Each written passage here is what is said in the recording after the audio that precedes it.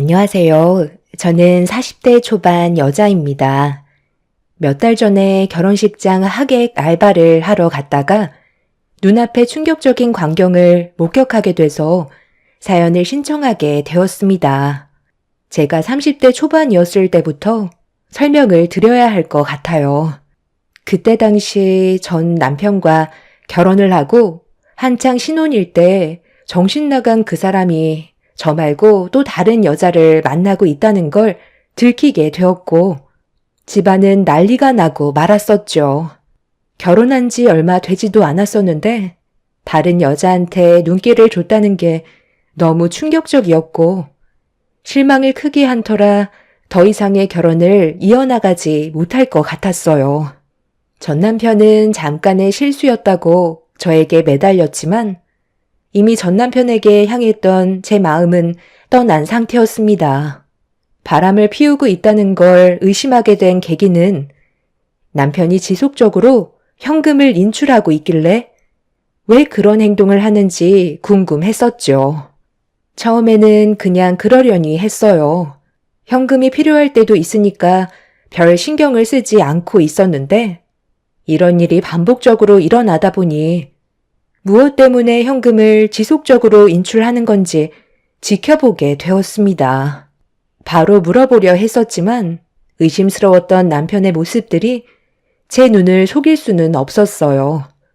그래서 침묵했었고 느낌이 좋지 않았던 저는 늦은 새벽에 깊은 잠에 빠진 남편 몰래 거실로 나와 소지품들을 확인해 보게 되었죠. 의심을 하게 된 순간부터 그날 입었던 옷과 지갑 안에 조금의 단서라도 발견이 될까봐 하루도 빠짐없이 확인을 해보던 어느 날 정장 안주머니에 구겨져 있던 작은 영수증 하나를 꺼낼 수 있었고 음식을 먹고 결제한 영수증인 걸 확인할 수 있었습니다. 여자의 촉이라는 게 정말 무섭다는 걸 그때 저도 느낄 수 있었을 만큼 그 영수증에 계산된 금액을 보니 혼자 음식을 먹은 건 아닌 것 같고 둘이서 먹은 것 같더라고요. 다음날 영수증에 찍혀있던 시간대를 확인하고 식당에 찾아가 그 시간에 녹화되어 있는 CCTV를 확인해 달라고 부탁을 하게 되었었죠. 제 사정을 설명하니 식당 사장님께서 바로 보여주시더라고요. 그렇게 전날에 남편이 왜 현금으로만 계산을 하려 했는지 그리고 매번 늦게 들어오는지 두 눈으로 확인을 할 수가 있었습니다. 저는 두 눈을 의심할 만큼 충격적인 광경을 목격하게 되었고 남편과 마주보고 앉아있던 여자의 얼굴을 확인할 수 있었습니다. 꽤 오래 만나고 있었는지 서로 어색하지 않는 분위기와 그리고 지속적인 접촉은 이미 갈 때까지 갔다는 걸 직감적으로 알 수 있었죠. 저는 사장님께 원본의 영상을 부탁드렸고 그렇게 결정적인 단서를 가지고 돌아온 저는 남편을 도저히 용서하고 싶지 않았습니다. 카드를 쓰게 되면 내역이 남게 되니 현금을 인출해서 사용하고 있었다는 걸 그때 알게 되었던 거죠. 분노가 하늘을 찌를 만큼 높아진 상태로 이혼 서류를 작성한 뒤에 변호사의 상담을 통해 제가 받았던 상처에 대해 보상받을 방법을 찾게 되었습니다. 그렇게 하루 종일 남편과의 관계를 정리하기 위한 준비를 하다가 집으로 들어왔는데 그날따라 남편이 일찍 들어왔더라고요. 평소 같았으면 기본 새벽 1시나 아니면 저녁 11시쯤 들어오는데 그날은 저녁 7시에 들어왔습니다. 저와 결혼을 하고 단 한 번도 음식을 해준 적 없던 사람이 그날따라 뭘 잘못 먹었는지 저를 위해 저녁 준비를 하고 있더라고요. 뭔가 찔리는 게 있어서 그런 것 같아 분위기를 살피면서 남편의 행동을 유심히 지켜보고 있었어요. 오늘 어디 갔다 왔어? 전화도 안 받고 회사에도 늦게 끝난 거야? 내가 그동안 당신한테 밥 한 끼 차려준 적이 없었잖아. 그래서 고생하는 당신을 위해 준비했지. 그런데 이거 어쩌지? 나는 오늘 밥 생각이 별로 없어서 일찍 쉬어야 할 것 같은데. 지금 많이 피곤한 상태거든. 오늘 하루 나에게 중요한 일을 처리하느라 많이 지쳐 있어서 지금은 쉬고 싶어. 당신 혼자 먹어. 나는 들어가 볼게. 그리고 평소에 안 하던 짓을 왜 하고 그래? 나한테 뭘 잘못한 것 같은 느낌이 들잖아. 잠깐만. 당신 혹시 내 정장 안에 영수증 하나 못 봤어? 어제 분명히 있었던 것 같은데. 내가 기억을 못하는 건지 찾을 수가 없네. 혹시 버리거나 한 건 아니지? 갑자기 영수증을 왜 나한테 찾는 건데? 그 영수증이 뭐길래 심각한 표정을 하고 있는 거야? 나한테 걸리면 안 되는 거라도 적혀 있기라도 한가 봐. 남편은 제가 물어보는 질문에 제대로 된 대답을 하지 않았어요. 솔직하게 얘기하지 않은 남편은 다른 말로 돌리고 있었죠. 저는 그 모습을 보고 있는데 정말 한심스러웠습니다. 끝까지 거짓말하고 있는 그 사람한테 너무 화가 났었지만 이미 마음이 떠난 사람과 더 이상 말조차 섞고 싶지 않아 방으로 들어와 버렸어요. 그런데 남편이 저에게 느껴지는 분위기가 평소와는 다르다는 걸 눈치채고 방문을 열고 들어왔습니다. 제가 이불을 덮고 몸을 돌려 버리자 남편은 저와 할 말이 있다면서 덮고 있던 이불을 들쳤어요. 그 순간 제 감정을 통제하지 못한 저는 그 자리에서 남편의 뺨에 손을 올려 붙였습니다. 그리고 제 지갑 안에 들어있던 영수증을 꺼내 남편의 얼굴에 던져 버렸죠. 고개를 떨구고 있던 그 사람은 저를 보며 천천히 무릎을 꿇었습니다. 여보, 아주 잠깐의 실수였어. 이날 만났던 게 마지막이었다니까. 내가 진심으로 사랑하는 사람은 당신이라고. 나도 사람이야. 양심은 아직 남아있고 지금의 가정을 깨고 싶지 않아. 내가 당신을 사랑하지 않으면 대놓고 바람을 피웠었겠지. 하지만 그렇게 하지 않았던 이유가 뭐겠어? 그만큼 당신을 진심으로 사랑하고 있기 때문에 그동안 아무것도 모르게 철저히 숨기고 있었던 거라고. 지금 내 얼굴에 손을 올릴 정도로 화가 난 걸 보면 이미 영수증에 적혀있는 식당에 다녀온 거겠지. 그런데 그날 확실하게 정리를 했다니까. 내가 무슨 말을 해도 이미 당신이 모든 걸 알아버렸기 때문에 변명으로밖에 안 들리겠지만 나는 당신만 진심으로 생각한다고. 너는 끝까지 나한테 거짓말을 하는구나. 내가 지금 이것만 알고 있는 것 같아? 나만을 사랑한다는 사람이 다른 여자와 호텔에 들어가? 이건 왜 얘기 안 하는데? 식당에서 이별을 통보했는데 왜 호텔을 간 거지? 바로 집으로 오면 되는 거잖아. 내가 지금 식당 내부에 있는 CCTV만 확인한 줄 아니? 당신이 식당에서 걸어 나와 반대편에 있던 호텔로 들어가는 것까지 전부 다 확인했었다고. 또 무슨 변명을 할 건데? 그냥 호텔에만 바래다 주고 왔다고 하려고? 내가 들어갔다가 나오는 시간까지 전부 다 체크했거든? 그런데 2시간 동안 호텔에서 나오지 않고 있었더라. 그리고 들어갈 때와 나올 때 헤어스타일이 전혀 다르던데? 그날 집에 들어왔을 때 나한테 뭐라고 그랬지? 요즘 일이 너무 고돼서 뻑적지근해진 몸 좀 풀어주려고 목욕탕에 들렸던 거라며. 당신은 나한테 끝까지 거짓말이지? 그날 술이 좀 과했는지 너무 피곤하다는 말에 쉬게 해주려고 호텔에 잠깐 데려다 준 것뿐이었어. 그리고 안에서는 아무 일도 없었다니까. 내 말이 진심이야. 너무 술이 취해서 하도 비틀거리길래 부축해주느라 온몸이 땀으로 젖는 바람에 머리가 헝클어진 것뿐이었어. 왜 내 말을 안 믿어주는 건데? 나는 당신밖에 없다니까. 그럼 그동안 당신이 현금 인출한 내용에 대해 전부 다 얘기해봐. 카드를 쓰지 않고 왜 일부러 현금으로만 사용했는지 전부 다 설명해 보라니까. 남편은 아무 말도 하지 못하고 있었어요. 계속해서 대화를 하면 자기가 불리하다는 걸 알고 있었는지 최대한 빨리 상황을 마무리 지으려고 변명만 늘어놓고 있었습니다. 조금도 솔직해지려 하지 않는 남편의 모습에 너무 많은 실망을 하게 되었고 더 이상의 미래를 함께할 수 없다는 확신이 들었어요. 한 공간에 있는 것조차 너무 소름 끼치고 싫어서 짐을 챙기기 시작하자 무릎을 꿇고 있던 남편이 솔직하게 모든 걸 털어놓으면 한 번만 기회를 줄 수 있겠냐는 말에 일단 들어보겠다며 남편의 말을 유도했어요. 그리고 저는 핸드폰을 만지는 척 하면서 녹음 기능을 틀어 남편이 저지른 일들에 대해 전부 녹음을 하게 되었습니다. 비는 못 속인다고. 내가 우리 아버지를 닮아서 그런 거지. 당신을 진심으로 사랑해서 결혼을 했는데도 다른 여자들이 계속해서 눈에 들어오더라고.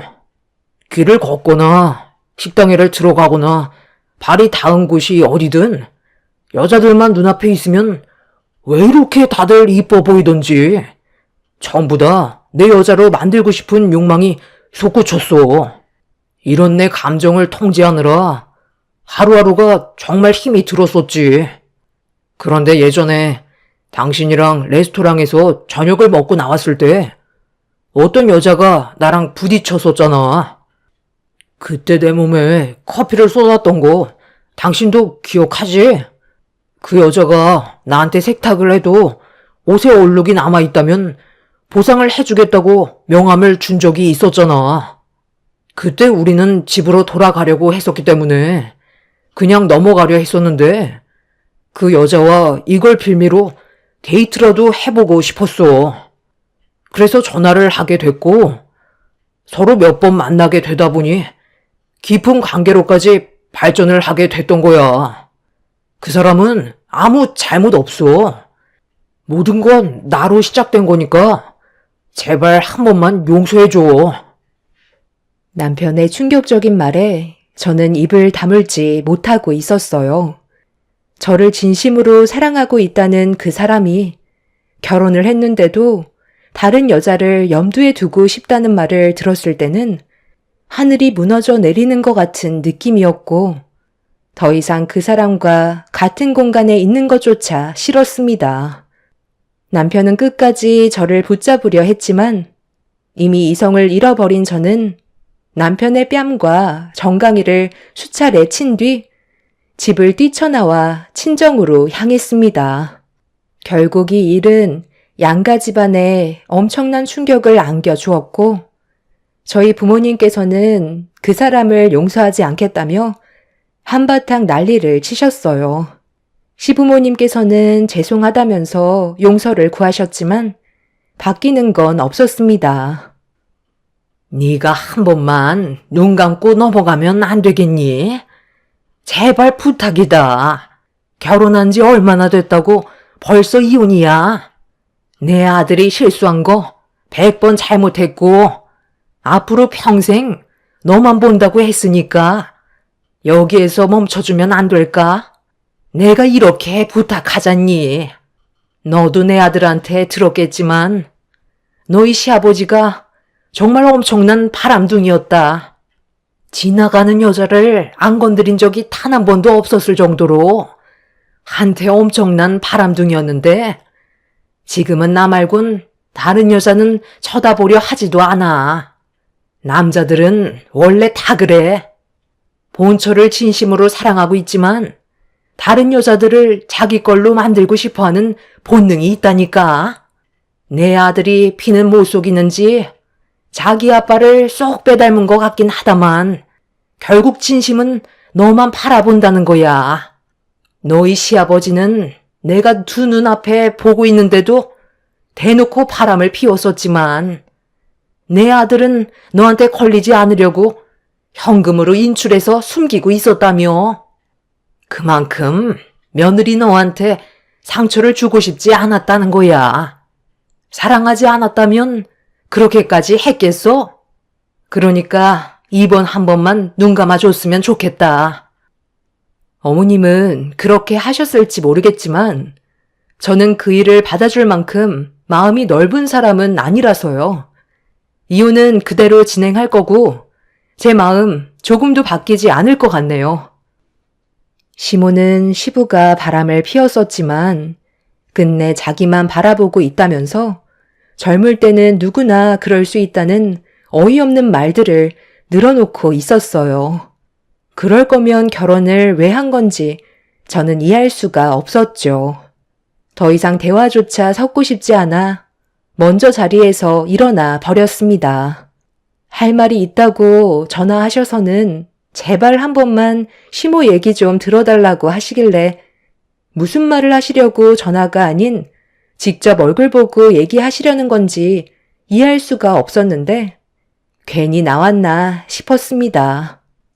제 귀만 더러워졌고 하나같이 정상적인 사람은 없었어요. 그렇게 남편과의 이혼을 진행하는 동안 남편을 건드렸던 내연녀한테도 상간소송으로 고소를 했고 저와 개인적으로 만나자는 말에 저도 할 말이 많았던 터라 찬물이라도 얼굴에 끼얹으려 단둘이 만남을 가지게 되었습니다. CCTV로 봤을 때는 얼굴이 잘 안 보였었는데 실제로 보니 끼가 상당히 많아 보이는 여자였어요. 남자를 한두 번 꼬신 게 아닌 것 같아 보였죠. 제가 왜 그랬는지 먼저 질문을 던졌습니다. 여자가 남자 좋아서 만나겠다는 건데 뭐가 잘못됐어요? 저는 원래 그냥 연애는 별로 좋아하지 않거든요. 뭔가 긴장감도 없고 매번 만날 때마다 똑같은 일상이라 지긋지긋해서 색다른 경험 좀 해보려고 생각만 하고 있었는데 그때 그 사람이 저에게 걸려 들었던 것 뿐이었어요. 왜 여자들이 가정을 이룬 남자와 바람이 나는지 만나보니까 알겠더라고요. 이해심이 너무 좋아. 그리고 자기가 가지고 있는 것들을 죄다 퍼주는데 가지고 놀기에는 딱이었어요. 이래서 유부남을 만난다는 걸 깨닫게 되었죠. 성격이 안 맞았으면 두 번은 만나지 않으려 했지만 그쪽 남편이 워낙 성격이 좋아서 저를 너무 잘 맞춰주는 거예요. 그러다 보니 가볍게 만나고 끝내려고 했었는데 저도 모르게 이미 그쪽 남편을 너무 깊이 알아버렸지 뭐예요. 결국 갈 때까지 가버렸고 저희는 진심으로 사랑하는 사이가 된 거라고요. 이런 감정이 언제까지 이어질지는 모르겠지만 서로 만나는 동안에는 후회 없이 사랑하기로 했어요. 남들은 불륜이 무슨 사랑이냐 하겠지만 그런 고정관념을 가지고 있는 것 자체가 너무 웃긴 거 아니에요? 사람이 태어나서 한 사람만 바라보며 사는 건 너무 재미가 없잖아요. 결혼을 했어도 이 남자 저 여자 만나볼 수도 있는 거죠. 요즘 시대에는 일편단심은 없어요. 이혼을 왜 밥 먹듯이 하겠어요? 한 여자와 남자로는 충족이 안 된다는 거예요. 후회 없는 삶을 살기에는 한 사람만 바라보며 사는 건 너무 미련한 짓 같아요. 그래서 저는 그쪽 남편과 깊은 사랑을 나눴던 거고 어느 순간부터 가볍게 만나지 않게 된 거예요. 그건 그쪽 생각일 뿐인 거지. 다른 사람들은 그렇게 생각하지 않는다고. 나는 사랑하는 사람과 평생을 함께하고 싶었어. 그런데 그쪽 때문에 내 인생은 송두리째 무너져 버렸다고. 그쪽 때문에 내가 왜 피해를 봐야만 하는 거지? 나는 안정적인 가정을 만들어 가고 싶었는데 그쪽이 모든 걸 망쳐놓았다고. 어차피 그냥 넘어갈 생각은 없었으니까 어느 정도 예상은 하고 나왔겠지? 나는 당연하게 생각하는 그쪽 얼굴이 너무 마음에 들지가 않네. 제 앞에 놓여있던 음료를 내연녀의 얼굴을 향해 뿌려 버렸고, 화들짝 놀란 내연녀는 비명을 지르면서 제 머리채를 잡아 흔들었어요. 그건 제가 바라는 거였고, 그동안 쌓였던 스트레스를 그녀에게 전부 다 풀어버렸습니다. 서로 뒤엉켜 굴러다니면서 난리가 나자 잠시 뒤 경찰분들이 와서 상황을 정리했어요. 저희는 경찰서에서 조사를 받게 되었고, 저희 부모님이 내연녀의 얼굴을 보자마자 또다시 한바탕 난리가 났었죠.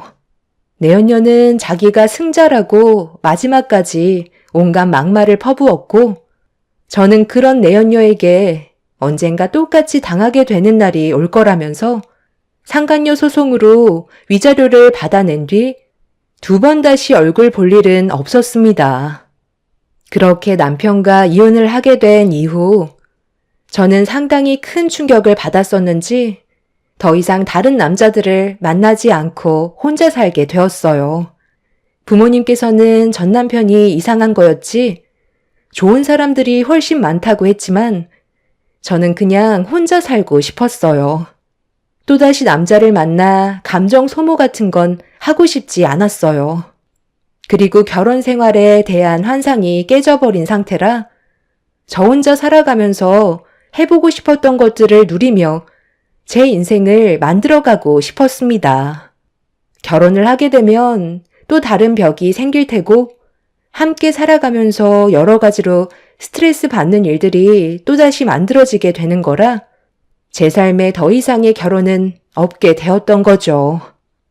그렇게 혼자만의 삶을 누리며 살아가다 보니 어느새 제 나이가 40대 초반이 되었고 과거의 아픈 기억은 전부 잊어버린 채 잘 살아가고 있었어요. 저는 평일에 회사에서 근무를 했지만 주말에 별다른 계획이 없으면 가끔 알바를 하면서 여행 경비를 모았었는데요. 그날도 주말에 딱히 할 일이 없을 것 같아 알바를 알아보던 도중 결혼식장 하객 알바가 눈에 들어왔고 시간 대비 보상이 괜찮은 것 같아 하객 알바를 하게 되었었죠. 그렇게 식장에 들어가니 신랑 측 이름이 보였어요. 저는 자리에 앉아 식장의 분위기를 살펴보고 있었죠. 상당히 많은 사람들이 북적거리며 서로 대화를 주고받고 있었는데 신랑 측 어머니께서 갑자기 저에게 다가오셨어요. 제가 하객 알바라는 걸 알고 계셨는지 잠깐 대화 좀 하자며 저를 조용한 곳으로 데려가셨죠. 저기, 내 아들이 그러는데 그쪽이 하객 알바라고 하던데 나이도 적당한 게 저희가 원하는 조건과 딱 맞아 떨어져서 따로 얘기 좀 하자고 불렀습니다. 저희가 사정이 좀 있어서 돈을 더 올려줄 테니 제 딸 대역 좀 해줄 수 있을까요? 원래 제 딸이 해외에서 의사 생활을 하고 있거든요. 그런데 오늘 오기로 했는데 사정이 있어서 못 온다고 하길래 일단 그쪽이 제 딸 대역을 해주면 좋을 것 같은데 크게 어려운 건 없고 그냥 인사 정도만 해주면 될 것 같아요. 괜찮죠? 아, 그건 좀 문제가 생기지 않을까요? 상대방을 속이는 건데 저는 그냥 하객 알바로 온 거거든요. 찝찝한 건 별로 하고 싶지가 않아요. 다른 사람 알아보시는 게 좋겠어요. 아유, 돈 더 얹어 준다니까요. 여기 왜 온 거죠? 돈 필요해서 온 거잖아요. 하객 알바도 물론 인원수 채워주기 식이지만 속이는 건 마찬가지인데요. 잠깐 얼굴만 비추면 되는 거고 그쪽한테 피해갈 일 전혀 없을 테니까 내 옆에만 있어줘요. 시간 없으니까 일단 나가서 인사부터 합시다. 그냥 아무 말 하지 말고 웃기만 해요. 신랑 측 어머니는 갑자기 저에게 돈을 더 주겠다고 딸의 역할을 대신 해달라고 부탁을 하셨어요. 곤란하다고 했지만 하객 알바 비용도 주지 않겠다는 말에 어쩔 수 없이 따라 나설 수밖에 없었죠. 아무 말 없이 옆에만 있어주면 된다는 말에 저는 신랑 측 어머니 옆에 바짝 붙어 있었고 미소를 지으며 간단하게 인사를 주고받고 있었습니다. 다행히 곤란한 상황은 만들어지지 않았는데 반대편의 신부 대기실에 신부를 보려고 사람들이 들어가던 찰나 앉아있던 신부의 얼굴을 보게 된 순간 저는 경악을 하고 말았습니다. 그 여자의 얼굴을 잊은 적이 없었던 저는 전 남편과 바람을 피웠었던 내연녀라는 걸 단번에 알 수 있었습니다. 충격과 소름이 돋았던 상황이었지만 내연녀와 별로 엮이고 싶지 않았어요. 그래서 하객 알바를 그만하고 싶어서 잠깐 자리를 비운 신랑 측 어머니께 말씀드린 뒤 그만 집으로 돌아가려 하는데 저와 대화를 나눴던 곳에서 내연녀와 결혼을 하게 될 신랑과 어머니가 무언가 진지한 대화를 주고받았어요.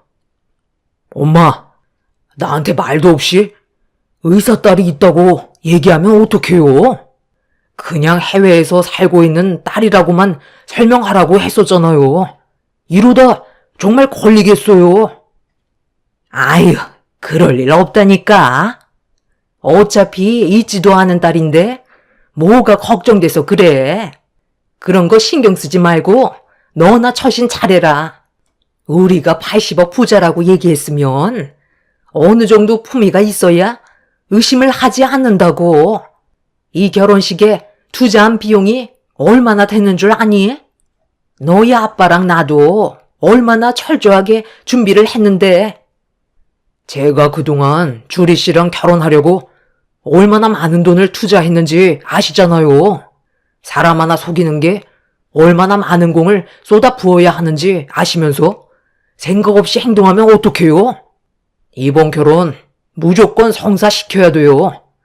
그래야 저희가 계획했던 대로 일을 진행할 수가 있는 거라고요. 그러니까 제발 시키지 않은 행동은 하지 마세요. 알겠죠? 저는 신랑 측 사람들이 모든 걸 계획적으로 접근했었다는 걸 알 수 있었어요. 신랑 측은 내연녀와 결혼을 하기 위해 모든 걸 거짓으로 포장을 했었고 내연녀는 그런 사실을 전혀 모른 채 80억의 재산이 있다는 말에 속아 입이 찢어질 정도로 좋아하고 있었습니다. 그 순간 이 사실을 알려야 할지 말아야 할지 많은 고민을 했었어요.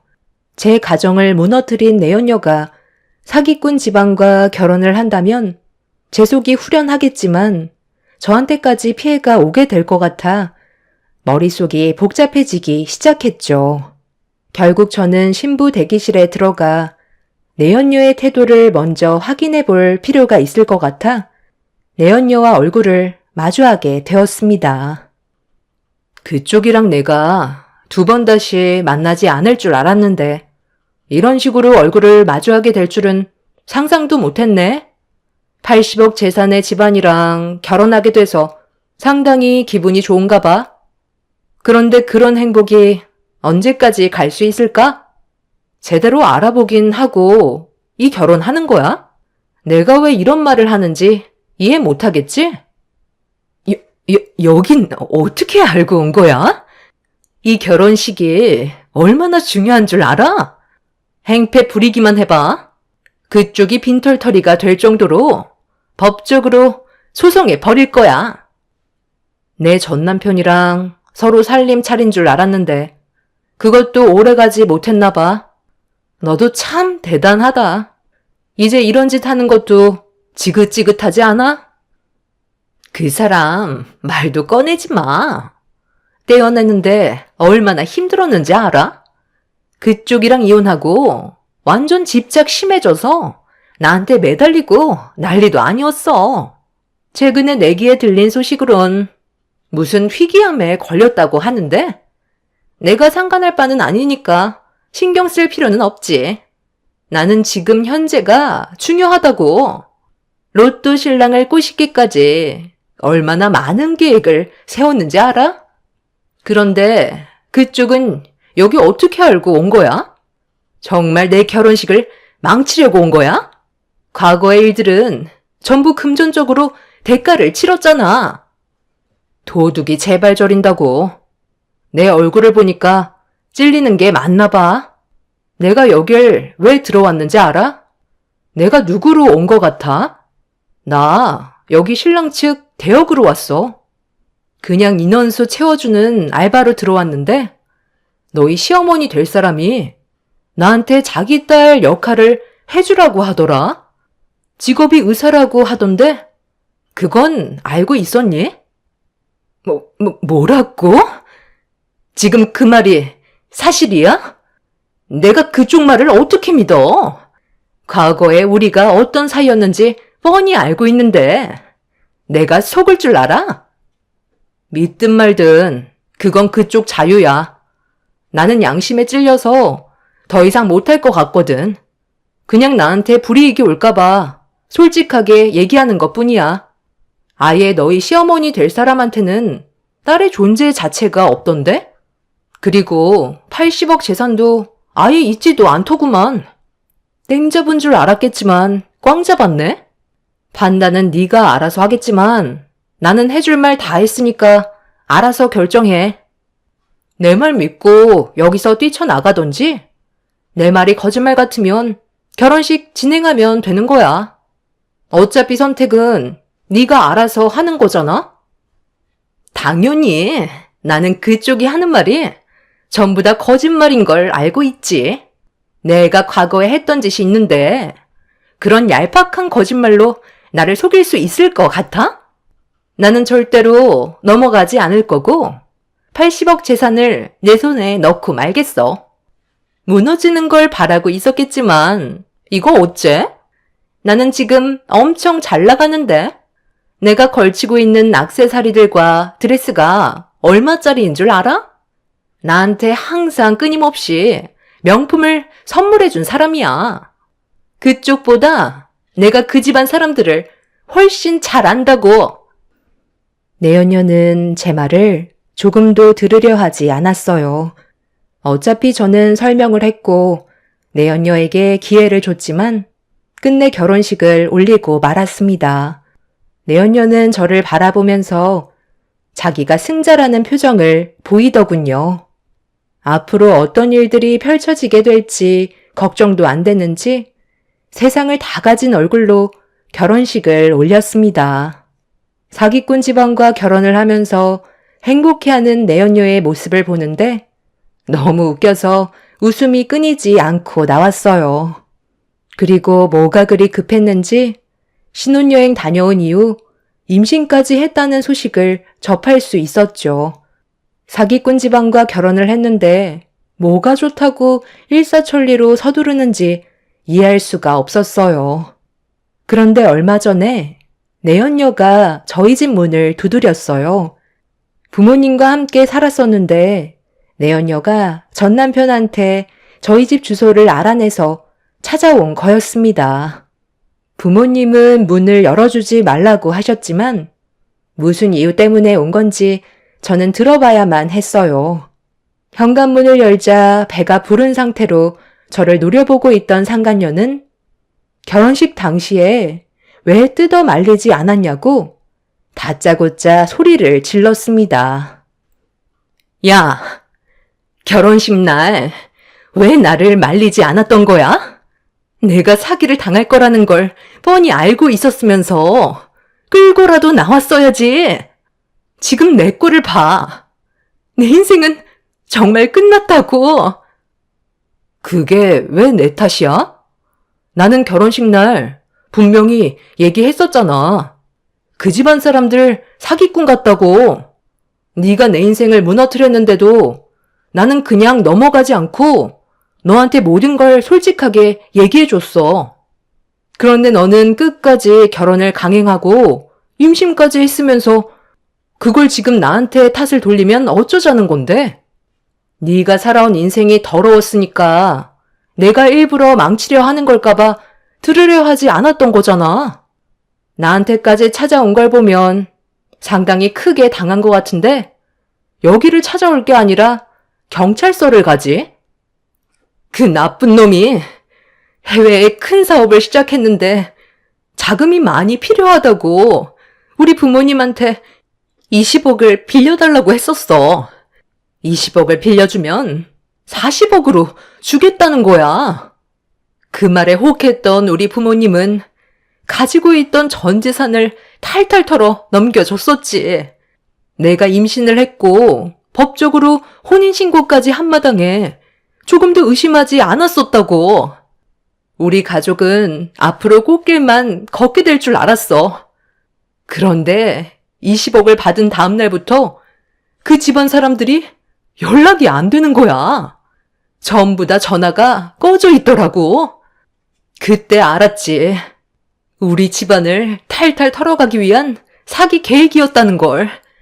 조금도 의심하지 않았었는데 모든 재산을 넘겨준 상태라 지금 집안이 망하기 일보 직전이야. 이게 다 너 때문이라고. 그때 나를 뜯어 말렸으면 이렇게까지 문제가 커지지는 않았을 거 아니야? 차라리 경찰한테 신고라도 해주지 그랬어. 내가 왜 그렇게까지 너한테 관심을 가져줘야 되는 거지? 내가 그때 말해준 것만도 감사하게 생각해야지. 아까 말했잖아? 내 인생을 망친 너인데도 양심 때문에 얘기해 준 거라고. 결정은 네가 하라고 했었잖아. 그때 내 역할은 거기까지였다고. 여기서 난리 블루스 치지 말고 경찰서로 찾아가는 게 어때? 내연녀는 저희 집에서 한참 동안 난리를 치다가 저희 부모님이 경찰에게 신고를 하게 되면서 상황을 마무리할 수 있었습니다. 배부른 몸으로 주저앉아 오열을 하고 있는 그 모습을 보니 한숨밖에 안 나오더군요. 그때 말만 들었어도 이런 일은 생기지 않았을 테지만 본인의 욕심이 더 큰 화를 불러일으키게 된 거였죠. 말이 20억이지 그 많은 재산을 가져가기 위해 사기꾼 집안 사람들이 세운 계획들이 치밀했다는 걸 알 수 있었고 듣게 된 소식으론 사기꾼들은 이미 해외로 잠적해버린 상태라 범인들을 잡는 데는 상당한 시간이 필요하다는 말을 듣게 되었습니다.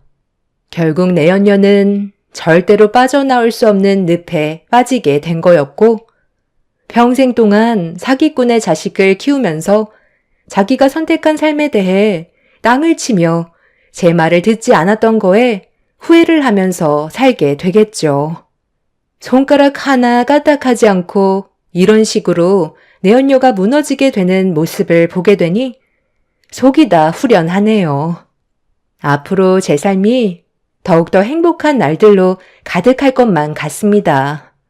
제 사연을 들어주신 분들, 오늘 하루도 즐거운 주말 가족분들과 행복한 시간 보내시고 좋은 추억 많이 만드시길 바랍니다. 감사합니다. 안녕하세요. 저는 충남 예산에 살고 있는 40대 중반 여자입니다. 이곳에 사연을 신청한 이유는 저희 시댁 집안은 대가족이라 매번 시끌벅적하고 한번 모이면 쉬는 시간이 없을 정도로 정신없는 하루가 시작됩니다.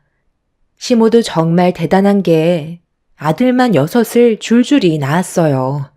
과거에는 아들만 6이라 부러움을 한 몸에 받았었다며 시댁에 모일 때마다 항상 안주거리 삼아 자랑스럽게 얘기하셨죠. 그리고 남편 아래로 5 형제들이 결혼을 할 수 있을까 걱정했지만 모두들 제 짝을 찾아 하나둘 결혼을 하게 되었고 어느새 제 밑으로는 5 동서가 생기게 되었습니다. 남편이 장남이라 항상 행사가 있게 된다면 주도적으로 이끌어가는 편이고 한번 모이는 게 쉬운 건 아니기 때문에 그런 고생을 아는 서방님들은 큰 불만 없이 잘 따라와 주었어요. 동서들도 딱히 불만 같은 건 없었습니다. 금전적인 부분에서도 큰 집인 저희가 훨씬 더 많이 지불했었죠. 저희 부부는 과일 가게를 운영하고 있어요. 전국적으로 판매를 하고 있고 5 동서 내외들에게도 계절 과일을 아낌없이 보내주고 있었죠. 저희가 아래 사람들을 챙겨야 하는 건 당연한 거고, 완만한 관계를 유지하기 위해서는 많은 소통이 필요하기 때문에 저희 입장에서 최대한 할 수 있는 것들로 신경 써 주었어요. 지속적으로 관심을 가져주면 그만큼 서로 얼굴을 붉히게 되는 일도 현저하게 줄어들고, 소통이 잘 돼서 그런지 자주는 아니더라도 가끔 모이게 되면 서로 웃으면서 좋게 지나갔었죠. 시댁에서 6 형제들이 한꺼번에 모이는 게 쉽지 않아 명절 외에는 거의 간단한 통화 정도로 서로의 안부만 물었었는데, 올해는 좀 신경 쓸 일이 많아 시댁에 모이게 되는 일이 몇 번 있었어요. 그리고 사소한 마찰이 서로의 감정을 건들게 되었고, 5 동서들이 저를 따돌리게 되는 일까지 생기게 되었죠. 그동안 서로 오해가 있으면 대화로 풀어나가면 됐었는데, 한번 틀어진 관계는 쉽게 회복이 안 되더라고요. 남편과 서방님들은 서로 불만이 있거나 대화가 잘 안 통할 때 술 한잔하면 끝나는데, 저와 5 동서들과의 사이는 생각보다 상당히 민감했었고, 좀처럼 쉽게 해결이 되지 않았습니다. 아마 그동안 저에게 조금씩 불만들이 쌓여왔던 것 같았어요. 그래서 최대한 시간을 두고 서로가 생각할 시간을 가지는 게 좋을 것 같다고 판단하게 되었죠. 동서들과 문제가 생긴 건 설날이 지난 이후 시모가 연세가 있으셔서 그런지 건강상의 문제로 병원에 입원을 하게 되셨죠. 갑작스러운 뇌출혈로 수술을 받으셨고, 다행히 큰 고비를 넘길 수는 있었지만 전처럼 정상적인 생활은 많이 어려울 거라는 의사의 진단을 받게 되자 신경 쓸 일이 생기게 되었다고 생각했는지 동서들의 입에서 전혀 예상하지 못한 말이 툭 튀어나와 놀란 얼굴로 동서들을 쳐다봤어요. 그 이유는 다들 능력들이 좋아 회사에서 인정을 받으며 여자치고는 꽤 많은 월급을 받고 있는 고스펙 동서들이라 시간을 내기가 쉽지 않거든요. 그런데 시모가 뇌출혈로 1달 정도 경과를 지켜보면서 입원을 해야 된다는 말에 둘째 동서로 시작된 불만이 막내 동서까지 이어지고 말았습니다. 동서들의 태도에 시부도 많이 놀란 눈치였고, 남편도 당황스러워 하길래 제가 동서들을 조용한 곳으로 데리고 갔어요. 아무리 서로 많이 익숙해졌다 해도 시모가 입원해서 아직 눈도 못 뜨고 계셨는데 앞에다 대고 불만을 꺼낸 둘째 동서를 이해할 수 없었죠. 제가 크게 잘못한 건 없잖아요. 연초라 얼마나 바쁜데요. 할 일도 많아 죽겠는데 회사에서 병원까지 오는데 차도 많이 막혔고 다음날 해야 될 일들도 밀려버렸다고요. 1달간 입원을 하시게 되면 저희가 모른 척 할 수는 없는 거잖아요. 그래서 그냥 집에서 쉬시면 안 되겠냐고 아버님께 여쭤본 건데 그게 잘못된 거예요?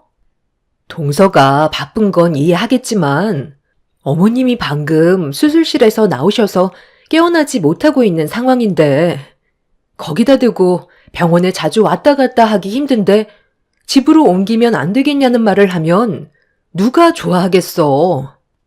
아버님이 얼마나 놀라셨는지 동서도 알면서 그래? 둘째 동서만 그랬다면 그냥 조용히 넘어갈 수도 있었을 텐데 둘째 밑으로 왜 다들 똑같이 한마디씩 하는 거야? 어머님이 병원에 입원을 하고 싶으셨겠어? 연세가 있으셔서 건강이 많이 약해지다 보니까 갑작스럽게 쓰러지신 건데 왜 그걸 불만 삼는 거야? 좋은 회사에 다니려면 상당히 많은 일들을 해야 된다는 건 알지만 이건 가족 일이잖아. 평소에 잘 지내는 것보다 이런 일이 생겼을 때 옆에서 도와주는 게 훨씬 더 중요한 거라고. 내가 언제 동서들한테 심각하게 얘기한 적 단 한 번이라도 있었어? 그런데 오늘만큼은 동서들이 너무 지나쳤다 생각해서 따로 부르게 된 거야. 서로 많이 가까워졌다고 해서 말을 함부로 하는 건 서로에게 더 큰 상처를 줄 수도 있는 거라고. 그럼 저희한테 오는 불이익을 감수하라는 거예요? 어머님도 이런 걸 원하지 않으셨겠지만 일로 인해 저희가 힘들어지잖아요. 입원해 계시는데 나 몰라라 할 수도 없는 노릇이고 일이 바빠서 얼굴 못 비치면 그에 따른 불만들이 나올 텐데 저희가 신경 안 쓰이게 생겼어요. 형님은 과일 가게에서 편하게 앉아 있으니까 월급 받는 저희 입장을 모르시겠죠. 남의 돈 벌어먹는 게 어디 쉬운 줄 알아요? 맨날 상사 눈치 보는 것도 힘든데 하필 연초에 이런 일이 생기니까 기분이 좋지 않아 그런 말이 나올 수도 있는 거죠. 형님이 이렇게까지 안 하셔도 저희 지금 많이 힘들거든요. 할 얘기 다 끝났으면 그만 들어가 볼게요. 여보세요? 아, 언제까지 병실에 있을 거야? 나 집에 빨리 들어가 봐야 한다고. 내가 지금 시간이 많은 줄 알아? 수술도 잘 끝났고 얼굴 봤으면 됐지. 얼마나 더 있으려고. 뭐? 아버님한테까지 인사를 하라고? 좀 전에 했잖아. 당신 지금 내 심기 건드는 거야? 내일 내가 스케줄을 전부 망쳤으면 좋겠냐고. 셋째 동서는 저보고 들으라고 하는 것 마냥 소리를 질러댔어요. 험악해진 분위기 속에서 밑에 동서들은 눈치만 보고 있었죠. 둘째 동서가 먼저 저와 대화가 끝나지도 않았는데 자리를 이탈해 버렸고 뒤이어 셋째 동서가 따라가자 줄줄이 그 뒤를 따라 움직였어요. 저는 그런 동서들의 행동이 너무 당황스러워서 뒷모습만 멍하니 바라보고 있었습니다. 서방님이 다들 줄지어 병원에서 나와 동서들의 눈치를 보면서 주차장으로 향하는데 뭐가 잘못됐는지 알면서 큰소리치지 못하고 동서들 뒤를 따라가는 건 전부 다 이유가 있었어요. 둘째 동서가 결혼을 하면서 그 밑으로 장가를 가지 못한 채 홍기를 놓친 서방님들한테 직장 동료를 소개해주면서 그 동료의 지인이나 가족과도 연이 되어 좋은 성과를 얻었었죠. 그렇게 둘째 동서의 도움으로 막내 서방님까지 결혼에 꼴이 날 수 있었지만 같은 직장 선배라는 게 무시할 수 없었는지 무언가 마음에 들지 않는 일이 생겼을 때 둘째 동서가 틀어지는 순간 그 뒤로 아래 동서들은 당연하다는 듯이 둘째 동서의 뒤를 따랐습니다. 이런 일들이 몇 번은 있었지만 일이 커질 만큼 심각할 정도는 아니라서 몇 번 눈 감고 넘어간 적이 있었죠. 그런데 이번만큼은 저도 그냥 넘어갈 수 없었던 게 손윗 사람한테 보이는 태도가 너무 예의가 없었고 서로 어느 정도 가까워졌다 해서 말을 가리지 않고 꺼내는 동서들의 행동에 저 또한 화가 올라오고 말았습니다. 그래서 한마디 해야 될 것 같아 동서들의 뒤를 따라가려는 순간 뒤이어 남편이 저를 붙잡았어요. 연초라 너무 예민해져 있어서 그런 거니 어느 정도 감정이 가라앉았을 때 나중에 다시 얘기하는 게 좋을 것 같다며 더 크게 일을 만들지 않길 원했어요. 그날 남편이 말리지 않았더라면 서로의 감정은 되돌릴 수 없을 만큼 심각해졌을 테고 더 나아가 등까지 돌릴 만큼 저도 기분이 상당히 좋지 않았었죠. 동서들은 회사가 바쁘다는 핑계로 시모가 태어날 때까지 단 한 번도 얼굴을 보여주지 않았어요.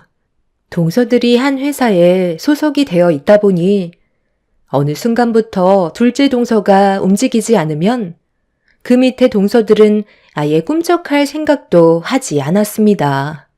항상 좋은 관계를 유지하려고 했던 저도 그런 행동들을 더는 두고 볼 수가 없었죠. 그래서 매달 무상으로 5 동서들에게 보내주었던 제철 과일들을 더 이상 보내지 않았습니다. 잘해줘봤자 돌아오는 게 아무것도 없다는 걸 확실히 알게 되면서부터 저도 잘해주고 싶지가 않았어요. 그런데 제가 과일을 보내지 않자 둘째 동서가 매번 받아먹던 과일이 떨어졌는지 먼저 연락이 왔습니다. 형님, 요즘 과일 장사가 잘 되나 봐요?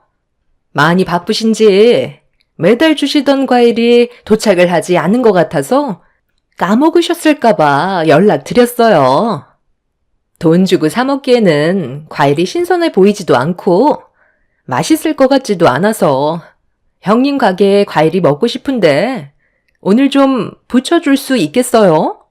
내일 손님이 오거든요. 요즘 우리 과일을 찾으시는 손님들이 너무 많아서 동수한테 보내줄 과일이 있을까 모르겠네. 우리도 매번 돈 안 받고 무상으로 주긴 했지만 이번에는 물량이 적게 들어와서 아마 동수한테까지는 돌아가지 않을 것 같아. 나도 동수한테 신경을 쓰고 싶긴 한데 매장에 직접 찾아오시는 손님들을 그냥 돌려보낼 수는 없잖아. 나중에 여유가 될 때 보내주든지 할 테니까 당분간은 그냥 동네 마트에서 사 먹으면 될 것 같아. 요즘 과일값도 만만치 않거든. 어머, 그래서 지금 저한테 줄 과일이 없다는 거예요? 저희 집안에서 과일을 얼마나 먹는다고 그걸 지금 힘들다고 하시는 거죠? 혹시 돈을 안 줘서 그런 거예요? 에이, 가족끼리 무슨 돈이야. 내가 언제 그런 거 바란 적 있어? 요즘 물량이 많지가 않아. 그래서 우리도 지금 상당히 힘든 상황이거든. 그리고 동서만 줄 수도 없잖아. 밑에 동서들도 못 챙겨주고 있는데 말이 나오지 않겠어? 우리가 적자 보면서까지 보내주면 장사하는데 영향을 끼치니까 나중에 여유 있을 때 보내줄게. 둘째 동서는 저에게 너무한 거 아니냐면서 목소리를 높였어요.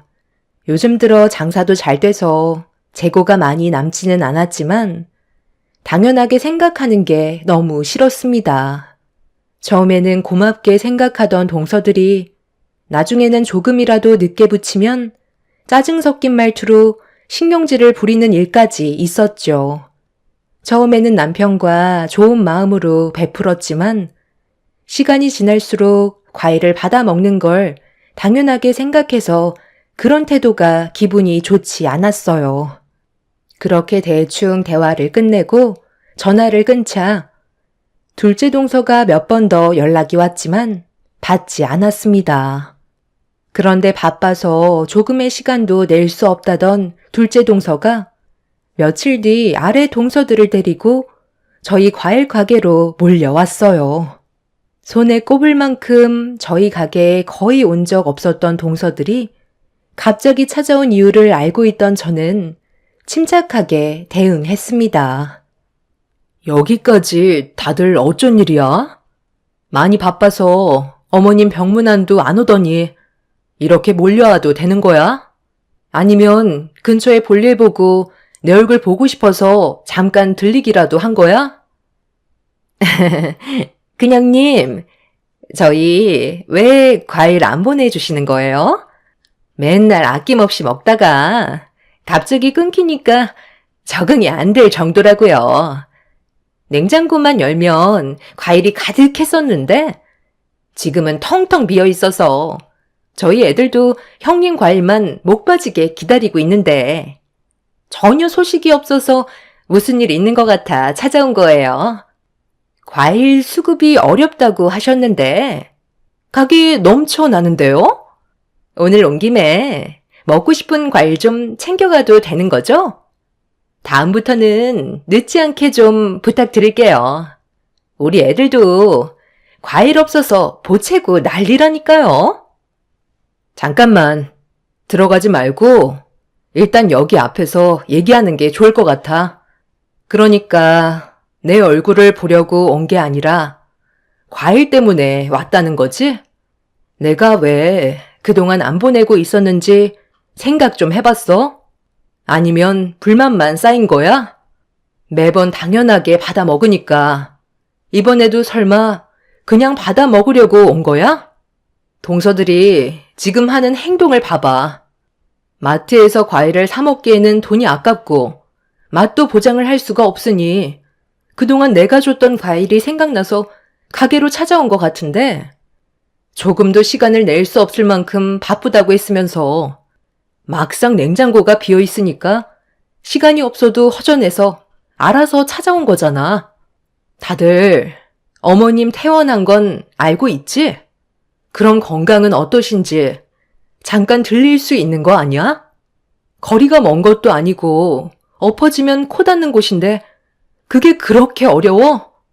일이 바빠서 병문안 오기에는 힘들었다고 치자. 그럼 어머님이 퇴원하시고 집에 계시면 주말에 잠깐 같이 시간 내서 식사 정도는 할 수 있는 거잖아. 다들 모여서 동해 바다에 놀러 갔다 오고 서로 여기저기 잘만 싸돌아 다니더구만.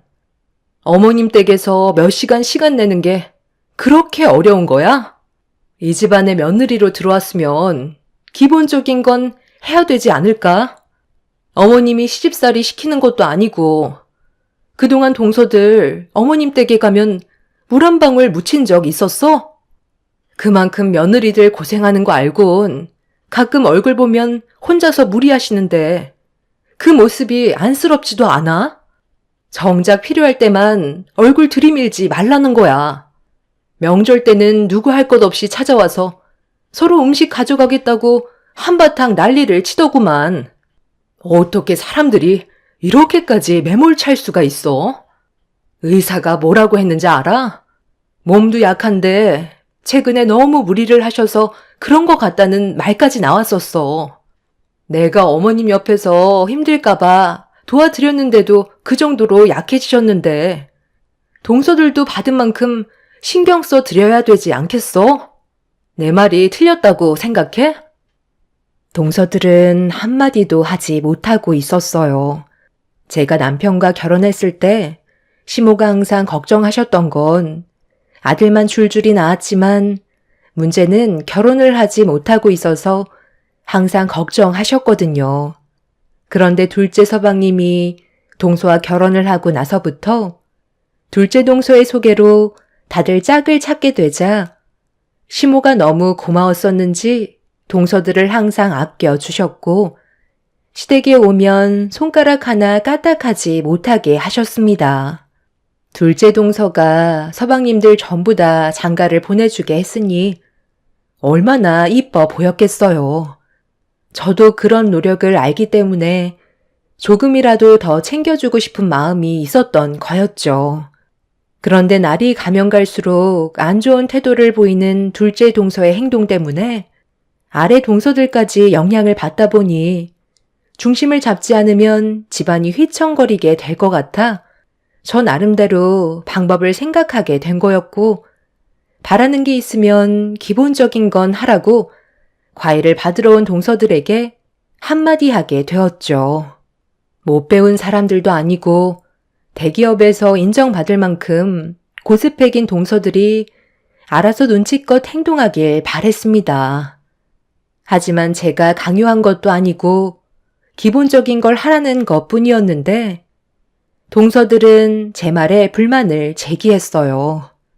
그리고 다음부턴 저희 가게 과일을 먹지 않겠다며 다들 뒤돌아 집으로 돌아가 버렸죠.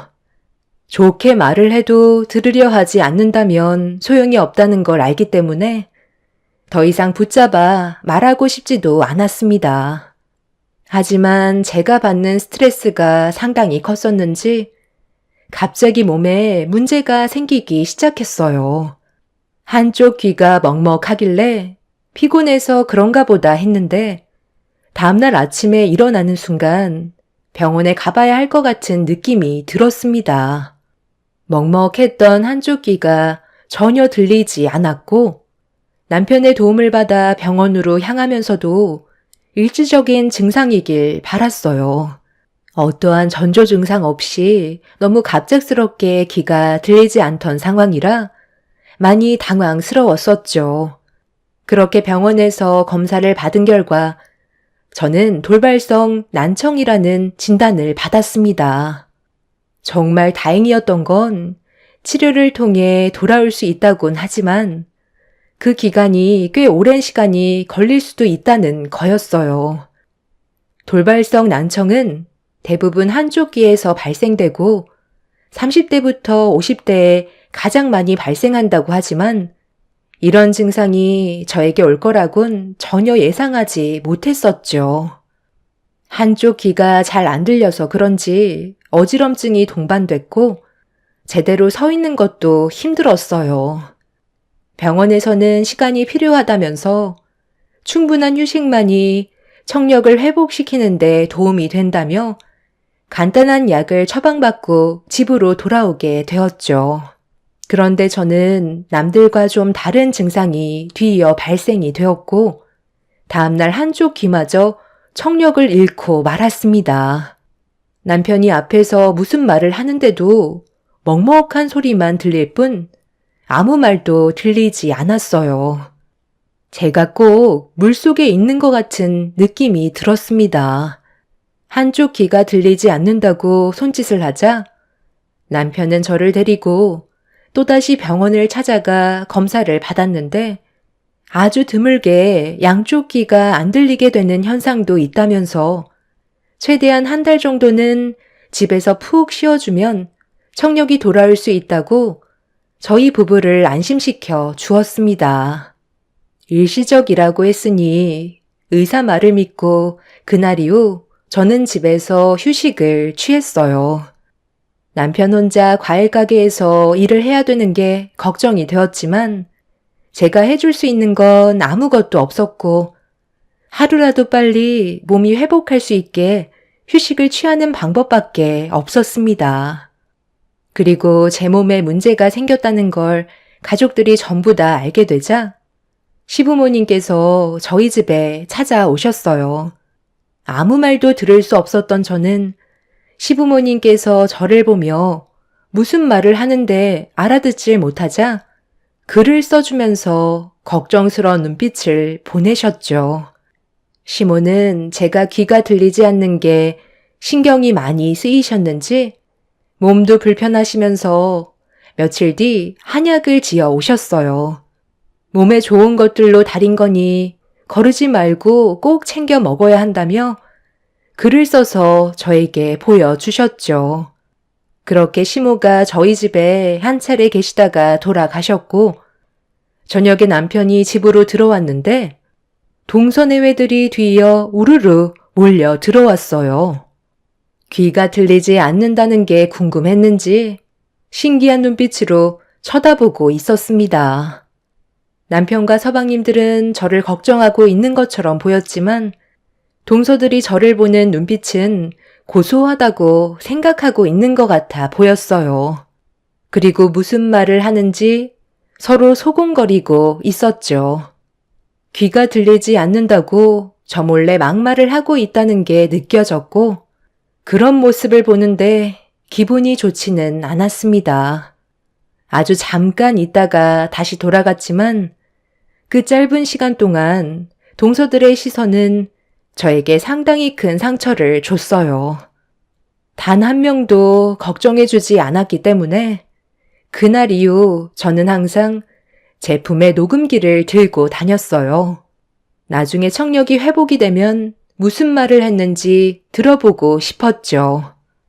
그렇게 한 일주일 정도 지났을 때 남편이 시모가 제가 좋아하는 음식 위주로 준비했다며 시댁에서 잠깐 저녁 식사를 하고 오자는 말에 남편의 도움을 받아 시댁으로 향했어요.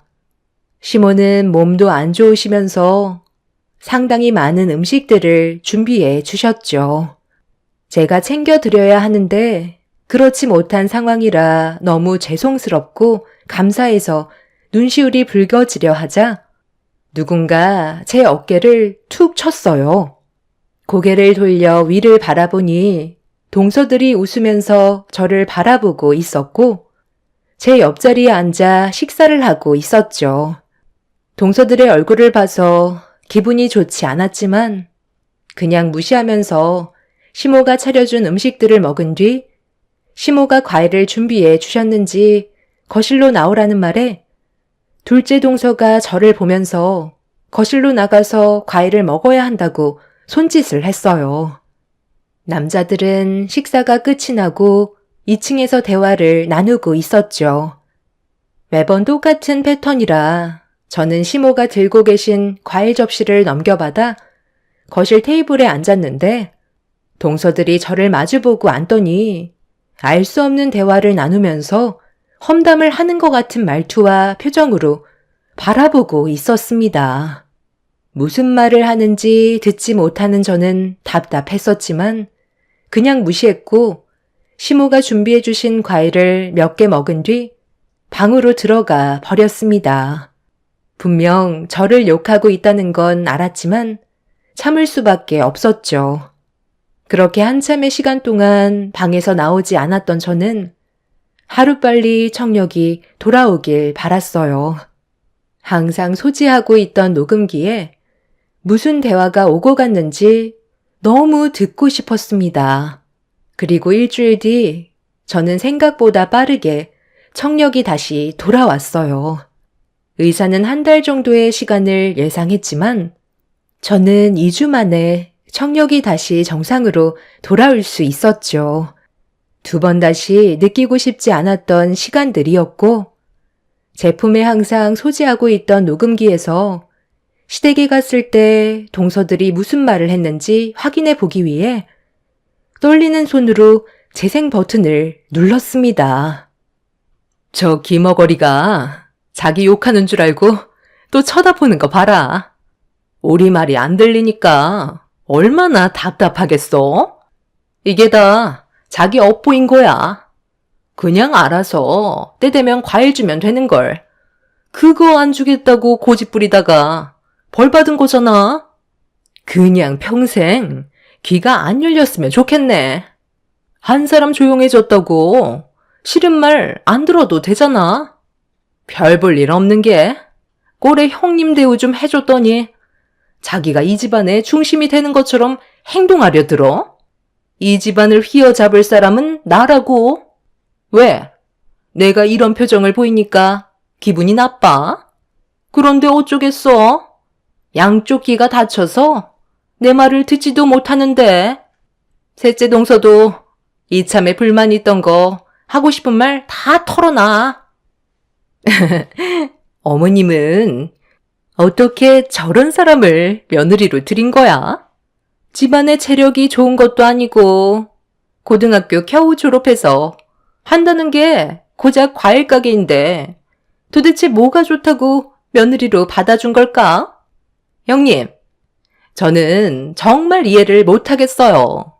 큰 아주버님도 눈이 어떻게 된 거 아니에요? 사람 보는 눈이 그렇게 없나? 이왕 이렇게 된 거 눈도 안 보였으면 좋겠는데 그래야 한 대 지워박을 거 아니에요. 무슨 방법 없어요? 아예 듣지도 보지도 못하게 만들고 싶어요. 뭘 그렇게 쳐다봐? 내 입 본다고 해서 무슨 말 하는지 알아먹겠어? 자기 욕하는 줄 알고 먼저 일어나네. 과일만 아니었어도 당장 머리채 잡아 버리는 건데.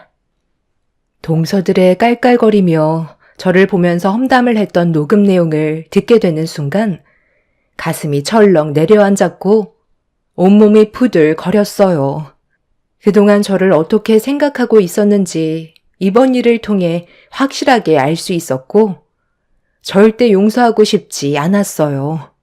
저는 남편한테 확인해 볼 게 있어서 당분간 제가 귀가 안 들린다는 걸 비밀로 유지해달라고 부탁했어요.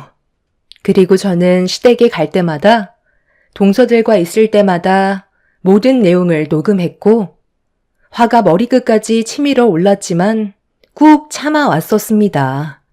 마지막에 한 번에 모든 걸 터뜨리고 싶었습니다. 바빠서 시댁에 오지 않으려 했던 동서들은 저를 험담하는 재미에 푹 빠져서는 일부러 시댁에 모임을 만들었어요.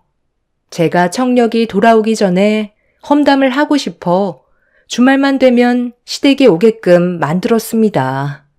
전부 다 듣고 있는지도 모르고 동서들은 저를 욕하는 거에 재미가 들려 시모와 남자들이 없을 때마다 막말을 퍼부었어요. 표정 관리가 안 될 때면 자리를 피하면서 계속해서 참아왔었죠. 그렇게 저는 더 이상 두고 볼 수 없다고 판단한 이후 시댁에 모두가 모였을 때 기회를 엿보고 있었습니다. 동서들은 제가 청력을 회복한지 모르고 맘 놓고 험담을 아끼지 않았어요. 듣지를 못하니 투명 인간 취급해도 된다면서 온갖 상처되는 말을 뱉어대고 있었죠.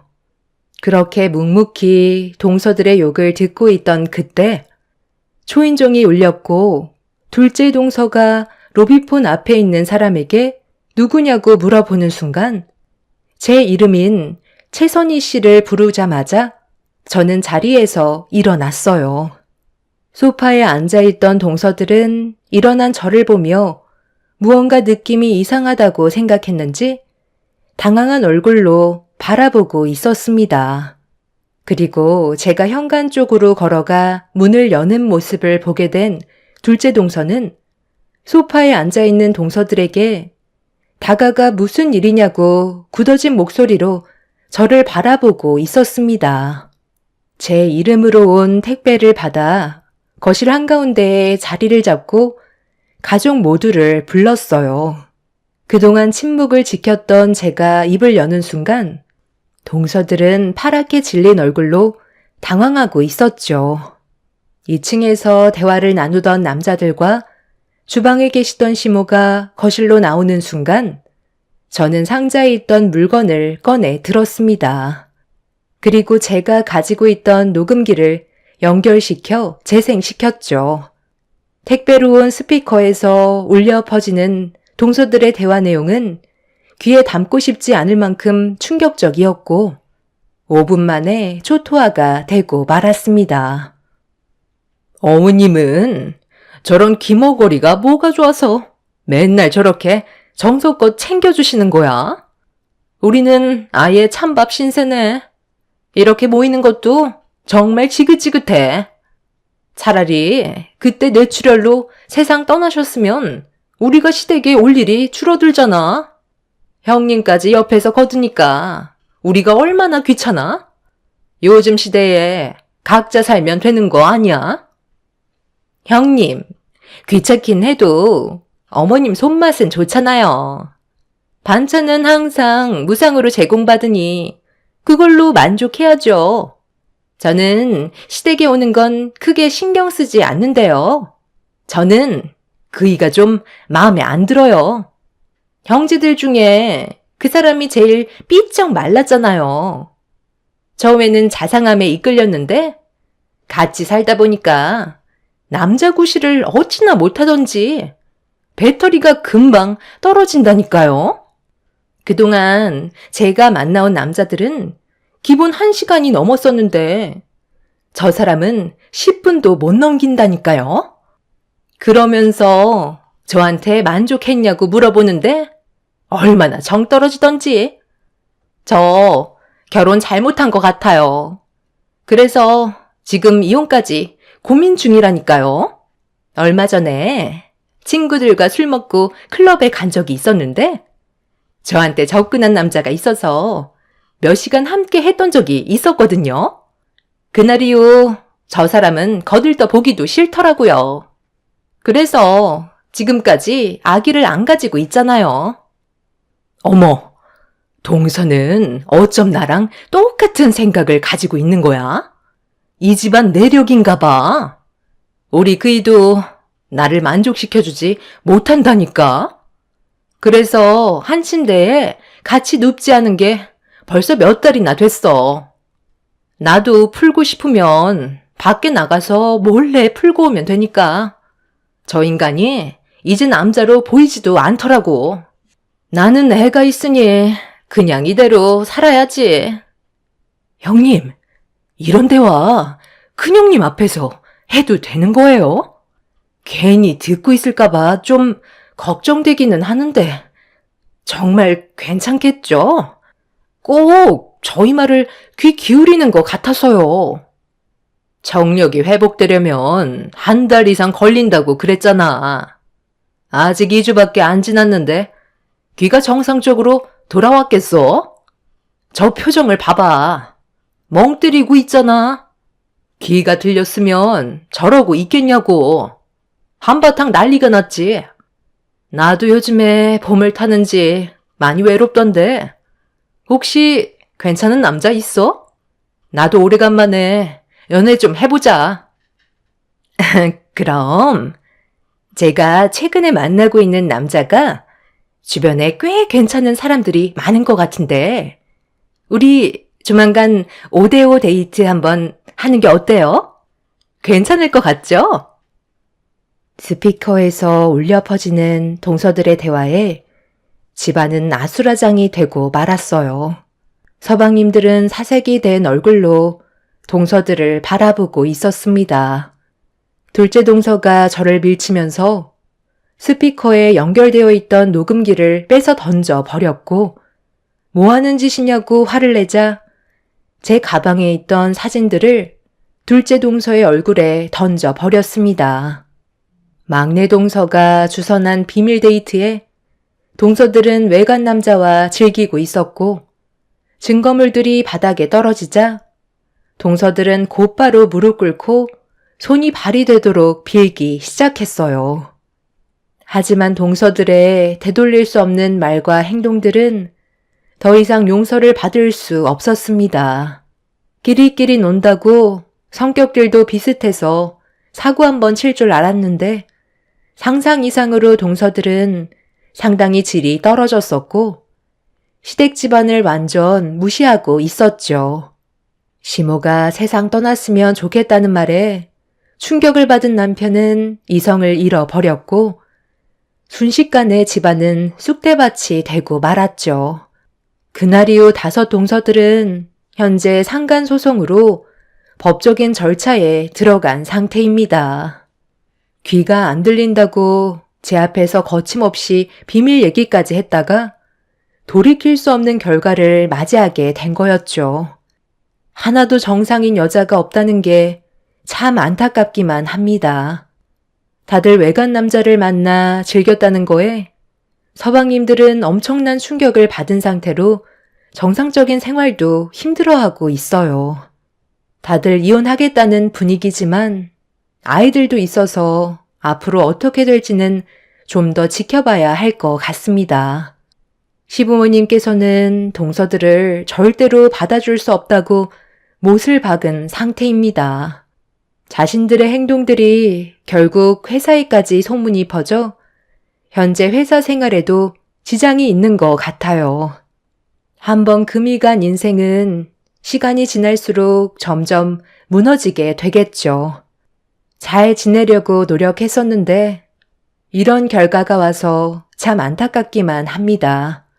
앞으로 서방님들이 지혜롭게 처신했으면 좋겠어요. 이번 일을 신중하게 결정하길 바랄 뿐입니다. 동서들 또한 앞으로 정신 차리고 인생을 똑바로 살았으면 좋겠네요. 제 사연 들어주신 분들, 가족들과 언제나 좋은 관계를 유지하시길 바랍니다. 감사합니다. 안녕하세요. 저는 의왕시에 살고 있는 30대 중반 여자입니다. 최근에 윗동서인 형님이 대학병원 과장으로 진급을 하게 되면서 시댁 집안에 한바탕 난리가 난 적이 있었습니다. 현재 저는 출산을 했지만 제가 만삭 때 형님이 승진 기념으로 축하 모임을 가진 적이 있었는데 그때 당시 저와 시모가 형님 집에 잠깐 들린 적이 있었어요.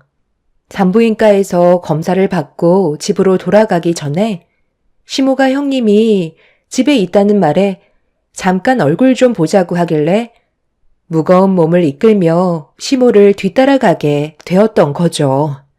그리고 형님 집에서 상상조차 하지 못했던 충격적인 일들을 겪고 말았습니다. 지금도 시모의 행동들을 이해할 수가 없어 정신적인 충격에서 아직까지 벗어나지 못하고 있는 상태입니다. 시모가 저를 함부로 대하기 시작했을 때부터 먼저 상황 설명을 해드려야 할 것 같아요. 시모는 제가 인사를 드리러 갔을 때부터 마음에 들어하지 않으셨어요.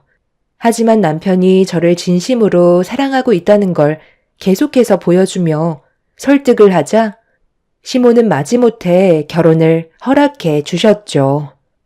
저는 시댁 집안의 며느리가 된 이후 시모에게 잘해드리려고 많은 노력을 했었어요.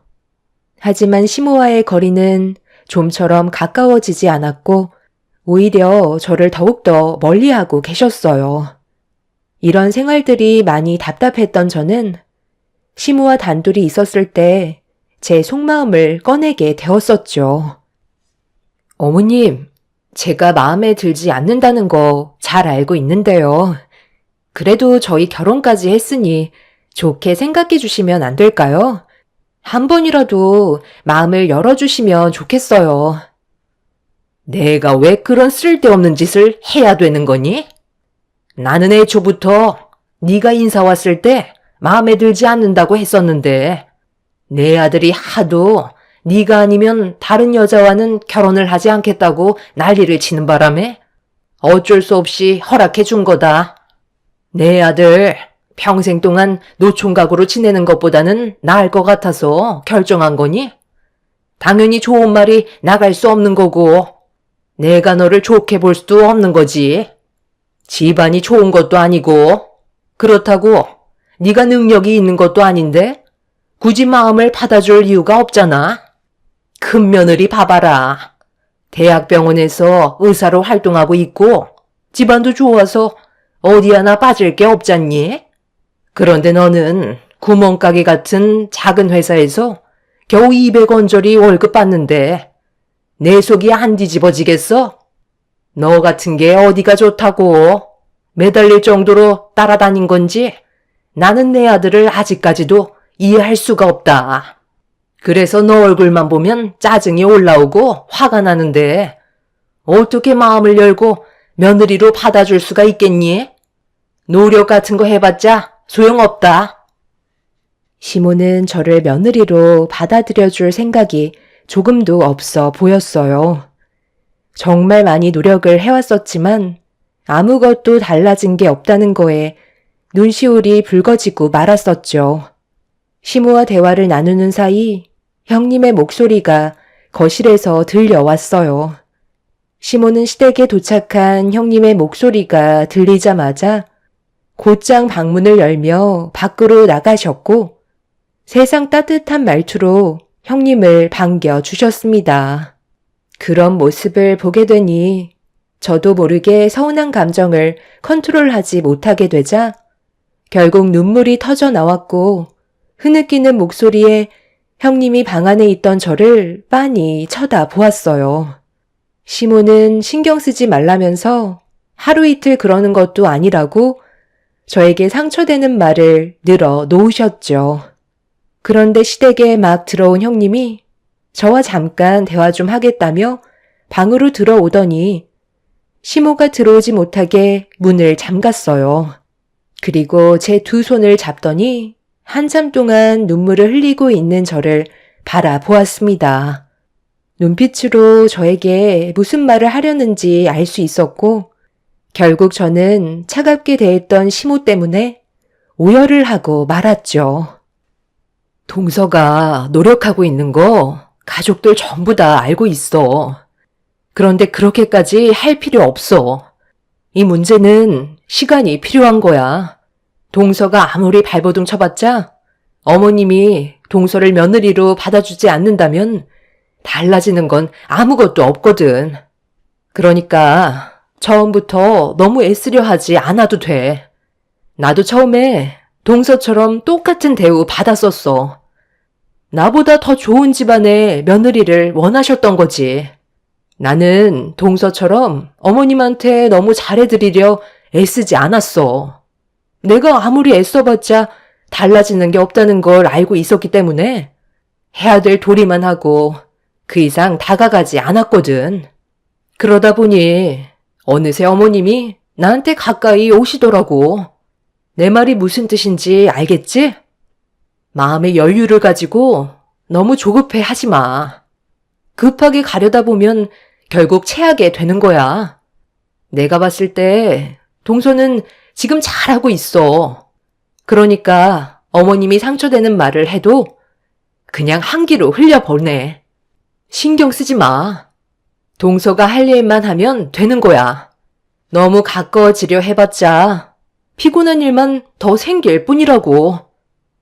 항상 무뚝뚝하게 있었던 형님이 제 마음을 알고 있었는지 저를 위로해 주셨어요. 시모는 방 안에서 둘이 뭐 하길래 문까지 잠그냐고 서둘러 나오라며 재촉하셨지만 형님은 눈 하나 깜빡하지 않았어요. 저와 대화 좀 하고 나가겠다고 하자 시모는 더 이상 아무 말도 하지 않고 묵묵히 기다려 주셨죠. 그날 형님한테 많은 위로를 받았고 어느 정도 마음을 진정시킬 수 있었습니다. 그렇게 형님과 함께 방문을 열고 나오자 시모는 저녁을 준비하게 주방으로 들어가라면서 마음에 들지 않는다는 눈빛을 보내고 있었지만 형님에게 위로를 받아서 그런지 더 이상 크게 서운한 감정을 느끼지 않았어요. 그냥 제 할 일을 묵묵히 하고 있었죠. 그렇게 저녁을 준비하는 사이 아주버님과 남편도 볼일을 마치고 시댁에 들어왔고 제일 늦게 도착한 시부까지 오시고 나서야 모두가 함께 모여 저녁 식사를 할 수 있었습니다. 한자리에 모두가 모여 즐거운 식사가 이어지는 가운데 아주버님이 저에게 말을 붙여왔어요. 여기에 있는 음식들 거의 다 재수 씨가 만들었다면서요. 평소에도 집에서 음식을 자주 해먹나 봐요. 솜씨가 보통이 아닌데요. 당신이 배워야 되겠는데. 그러게, 나도 보고 놀랐다니까. 손이 어찌나 빠르던지 음식 만드는 게 보통 솜씨가 아니더라고. 오래간만에 제대로 된 식사를 하는 것 같아 기분이 좋네. 아유, 작은 며느리가 고생이 많구나. 우리 집안 식구로 들어온 지 얼마 안 돼서 적응하기도 힘들 텐데 음식까지 준비하느라 애썼다. 내 입맛에도 아주 딱 맞는구나. 우리 집안 며느리로 들어왔으면 이 정도는 당연히 할 줄 알아야지. 얼마나 대단한 걸 했다고? 이 정도로 칭찬을 해주고 있어? 그런 식으로 하면 버릇만 나빠진다는 거 몰라? 아유, 다들 그만들 하고 식사들 해요. 내가 봤을 땐 음식들이 전부 간도 하나도 안 맞구만. 도대체 뭐가 음식 솜씨가 좋다는 거야? 그냥 좋은 말씀 한마디 해주면 안 돼요? 엄마가 삐딱하게 나갈수록 이 사람이 얼마나 힘들겠어요. 칭찬해주는 게 돈이 드는 것도 아니고 왜 계속해서 상처되는 말만 하시는 건데요? 엄마가 계속 이럴수록 저는 집에 오고 싶지가 않아요. 그러니까 제발 그만 좀 하세요. 다들 괜찮다고 하는데 엄마는 뭐가 그렇게 마음에 안 들어요? 내 입맛에 안 맞는다고 한 것뿐인데 그게 잘못된 거니? 다들 솔직하게 말을 하지 않아서 내가 직접 얘기해 준 것뿐이다. 이런 걸 음식이라고 만든 거야? 시모는 밥맛이 떨어졌다면서 먼저 자리에서 일어나 방으로 들어가셨어요. 순식간에 분위기가 안 좋아졌지만 아무도 시모를 신경 쓰지는 않고 즐겁게 식사를 하고 있었습니다. 시부는 시모가 노망이 나서 그런 거라며 눈길조차 주지 않고 계속해서 식사를 이어나가셨어요. 형님 내외와 남편도 방으로 들어간 시모를 조금도 신경 쓰지 않고 있었죠. 그렇게 위태로웠던 식사가 한 차례 끝이 나고 형님과 함께 과일을 준비하고 있는데 갑자기 시모가 제 머리채를 잡았어요. 너무 놀란 나머지 저는 비명을 질렀고 형님이 시모에게 그만하시라며 시모를 말리려 했지만 시모는 제 머리를 잡은 손을 끝까지 놓지 않았죠. 다들 너한테 좋은 말 해주고 편들어주니까 아주 기분이 좋지? 내가 화가 나서 방 안으로 들어갔으면 따라 들어와야 되는 거 아니야? 너까지 나를 무시해? 어머님, 그만 좀 하세요. 도대체 왜 그러시는 거예요? 아무리 기분 나쁘신 게 있으셔도 이건 아니죠. 당장 손 놓으세요. 아버님, 저희 좀 도와주세요. 주방에서 한바탕 난리가 나자 거실에 있던 남자들이 급하게 달려왔어요.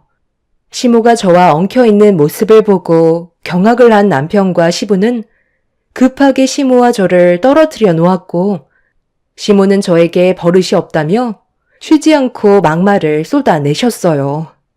며느리로서 마음에 들지 않는다는 건 알겠는데 제가 왜 머리채를 잡혀야 하는 건지 이해를 할 수가 없었습니다. 시부는 시모의 어깨를 밀치면서 무서운 얼굴로 목소리를 높이셨고 화가 머리끝까지 올라와 버린 남편은 그만 돌아가겠다며 저를 방으로 데려갔어요. 그리고 짐을 챙긴 뒤 시댁을 빠져나왔습니다. 남편은 집에 가는 동안에도 저에게 미안하다며 헝클어진 머리를 쓸어내려 주었어요. 시모의 돌발 행동에 너무 큰 충격을 받았던 저는 집에 도착해서도 마음이 진정되지 않고 있었죠. 온몸이 떨려왔고 더 이상 시모의 얼굴을 보고 싶지 않았습니다. 아무리 노력을 한다 해도 시모와는 절대로 가까워질 수 없다는 걸 그날 확실하게 알게 된 저는 그날 이후 시모에게 연락조차 하지 않았어요. 시모도 저에게 전화나 문자 한 통 없었죠. 그렇게 안 좋은 감정을 가지고 있는 상태로 인연을 끊어내게 되니 제 마음도 완전히 다치게 되었고 평생 동안 시모의 얼굴을 안 보고 살고 싶었습니다. 하지만 제가 생각한 대로 모든 게 이루어지지는 않더군요. 연락을 끊고 지낸 지 1년 정도 되었을 때 제 몸에 갑자기 변화가 찾아왔고 임신을 했다는 걸 알 수 있었죠. 제가 임신을 하게 되자 시모 빼고 온 가족이 저희 집에 찾아와 축하를 해 주셨어요. 그런데 사람 마음이라는 게 안 보면 궁금해진다고 제가 임신을 했는데도 시모한테만 연락 한 통 없자 참다 못한 시모는 어느 날 저희 집에 직접 찾아오셨습니다. 초인종을 누른 시모를 보게 된 남편은 현관문을 열어주지 않고 보고 싶지 않다면서 문을 열어주지 않고 있었어요. 1년 동안 연락 한 통 없으셨다가 임신을 했다는 말에 직접 찾아오신 시모가 임신을 중요하게 생각하고 있다는 걸 알 수 있었지만 1년의 시간 동안 시모의 얼굴을 안 보며 지내왔던 시간들이 훨씬 더 좋았었기 때문에 저도 얼굴을 보고 싶지 않았어요. 시부와 형님 내외 가족만 따로 만나 시간을 보내는 게 저로서도 스트레스를 받지 않고 정신적으로 훨씬 좋은 영향을 받고 있었죠. 그날 한참 동안 문 앞에 계셨던 시모는 집으로 돌아가셨는데 2번은 안 오실 줄 알았지만 임신 소식을 들으시곤 하루도 빠짐없이 계속 찾아오셨어요. 결국 남편과 제가 장을 보고 집으로 들어가려던 찰나 저희 집 앞에서 기다리고 있던 시모와 마주치게 되는 상황이 생기고 말았습니다. 그동안 잘 지내고 있었니? 몸은 괜찮고? 네가 임신했다는 소식을 듣게 됐는데 그냥 지나칠 수 없어서 찾아왔다. 앞으로 점점 몸이 무거워질 텐데 도움이 필요하지 않겠어? 작년에 안 좋았던 기억들은 기억 속에서 전부 지워버리고 우리 새롭게 다시 시작하는 게 어떻겠니? 서로 평생 등 돌리고 살 수는 없잖아. 글쎄요. 저는 어머님과 함께했던 시간들이 좋았던 기억이 없어서 다시 시작하고 싶지는 않아요. 오히려 지금 이렇게 사는 게 저에게는 훨씬 만족스러운데요. 돌아가 주세요. 저희가 보고 싶지 않다고 말씀드렸잖아요. 이럴 거였으면 처음부터 잘 하셨어야죠. 임신했다고 하니까 1년 동안 연락 없으시다가 갑자기 찾아오시는 건 너무 속보이는 행동 아니에요? 어차피 저희가 연락하지 않고 있던 1년의 시간 동안 엄마도 속 편히 잘 살고 계셨으면서 이렇게 갑자기 찾아오시면 저희가 그동안 보고 싶었어요. 앞으로 다시 잘 지냈으면 한다는 말이 나올 줄 알았던 건 아니죠. 먼저 용서를 구하셔도 이 사람이 받았던 그때의 상처는 평생 가지고 가게 될 거라고요. 기억 속에 남아버린 엄마의 충격적인 행동을 어떻게 하실 건데요? 저는 지금도 엄마가 너무 원망스러워요. 시모는 갑자기 제 앞에서 무릎을 꿇으려고 다리를 굽히려 하자 남편이 그런 모습 보고 싶지 않다며 일으켜 세웠어요. 그리고 저를 데리고 집으로 들어와 버렸죠. 시모는 고개를 푹 숙인 채 다시 집으로 돌아가셨지만 서로 얼굴을 마주하게 된 날부터 계속해서 마음이 불편했었습니다. 시모에게 안 좋은 감정이 있는 건 맞는데 제 앞에서 무릎을 꿇으면서까지 용서를 구하려 하시는 걸 보고 많이 뉘우치고 계시는 것 같아 여러 가지로 신경이 쓰이게 되었죠. 남편은 본인도 30년이 넘는 시간 동안 본인 엄마를 봤지만 아직까지도 속을 알 수 없다면서 가까이 하지 않는 게 좋을 것 같다고 심각한 얼굴로 많은 생각에 빠져 있는 모습을 볼 수 있었습니다. 조심하는 게 저와 뱃속의 아이의 안전을 지킬 수 있는 거라고 판단하게 된 저도 계속해서 시모를 피하고 있었는데 시모는 하루도 빠짐없이 저희 집에 찾아오셨어요. 남편과 저는 시모를 투명 인간 취급할 정도로 전혀 신경 쓰지 않고 있었죠. 그런 시간이 몇 달 동안 지속이 되자 남편도 한계에 도달했는지 시모에게 크게 화를 내면서 찾아오지 말라고 한바탕 난리를 치게 되었죠.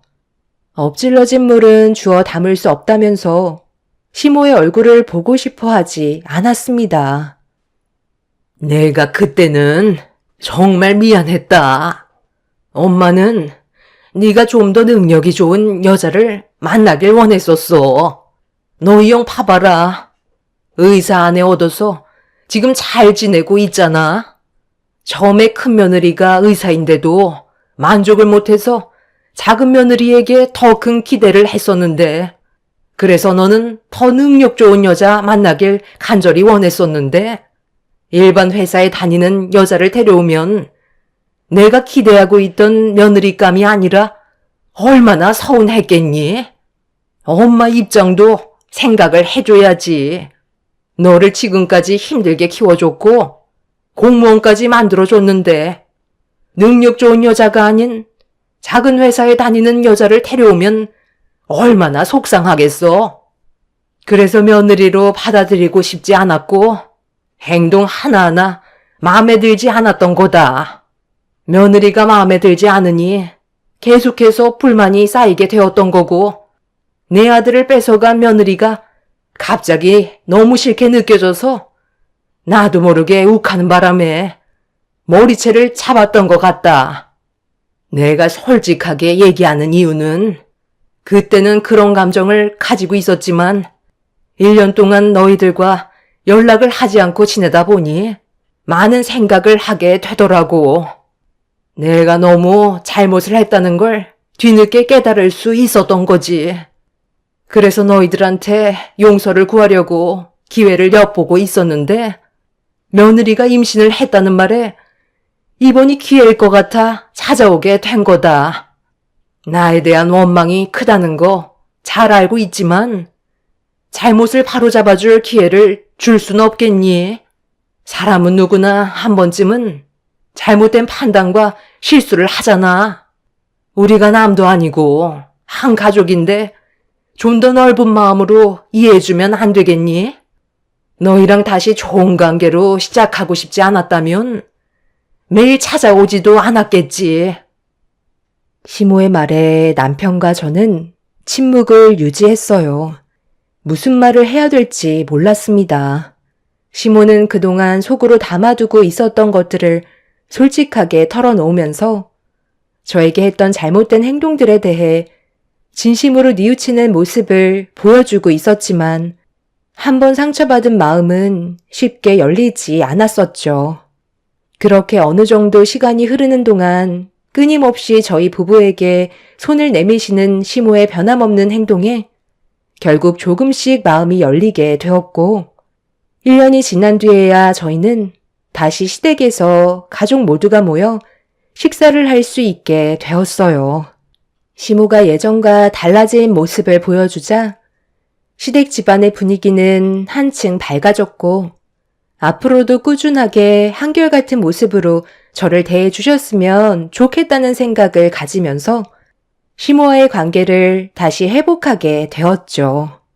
그렇게 시간이 어느 정도 지나고 뱃속에 있는 아이가 아들이라는 걸 알게 되자 시모는 저에게 더 많은 걸 신경 써 주셨어요. 저도 받은 만큼 며느리 도리를 하려고 상황에 맞게 최선을 다했었죠.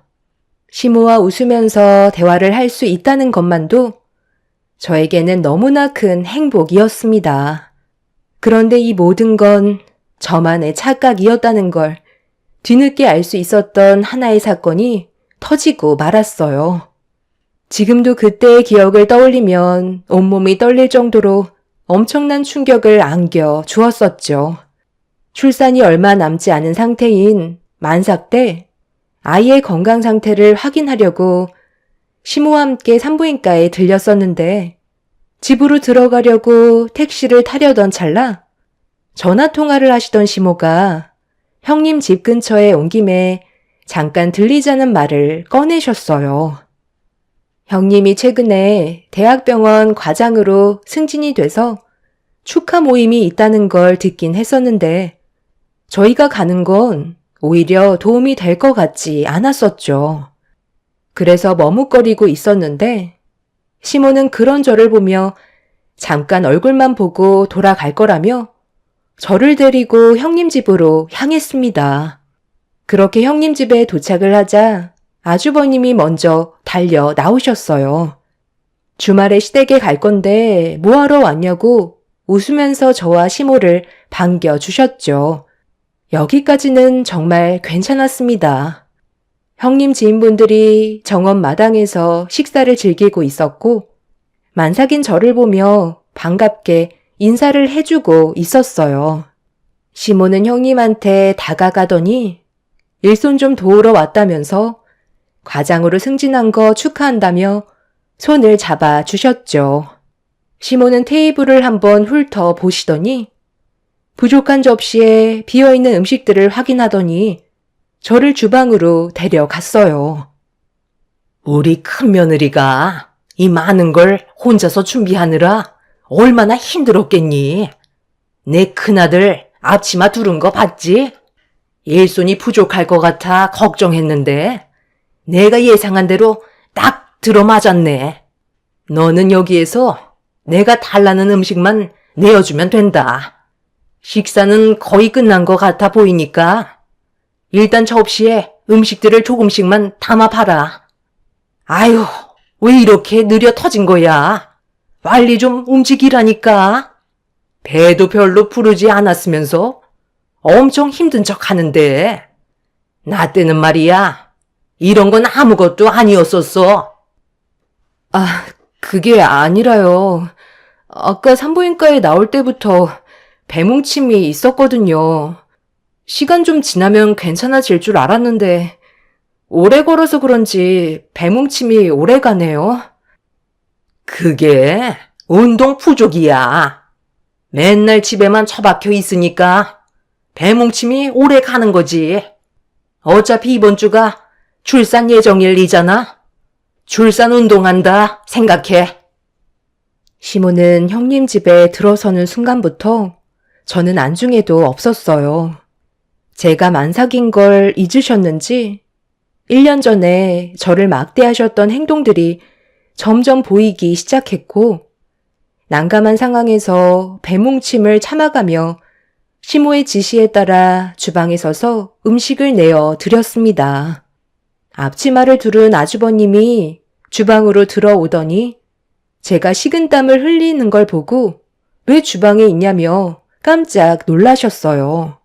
아주버님은 자기가 알아서 할 테니까 신경 쓰지 말고 방에 들어가 쉬고 있으라며 저를 방으로 보냈습니다. 아주버님 덕분에 누워있을 수 있었던 저는 그제서야 한숨 돌릴 수 있었는데 잠시 뒤 시모가 저를 찾고 계셨는지 부르시길래 힘든 몸을 일으켜 방문을 열었습니다. 시모는 저를 보자마자 뭐 하는 거냐고 방에서 당장 튀어나오라면서 한가하게 누워있을 시간 없다고 냉장고를 열어 과일을 꺼내 놓았어요. 창밖을 보니 식사가 끝이 났는지 아주버님이 빈 그릇을 치우고 있었고 형님은 손님분들과 즐겁게 대화를 나누고 있었죠. 저는 또다시 배뭉침이 오기 시작했고 하늘이 노랗게 변해버릴 만큼 몸이 안 좋아지길래 시모에게 잠깐 방에 들어가 누워 있어야 될 것 같다고 제 몸 상태에 대해 설명을 했어요. 하지만 시모는 제 말을 조금도 들어주려 하지 않으셨죠.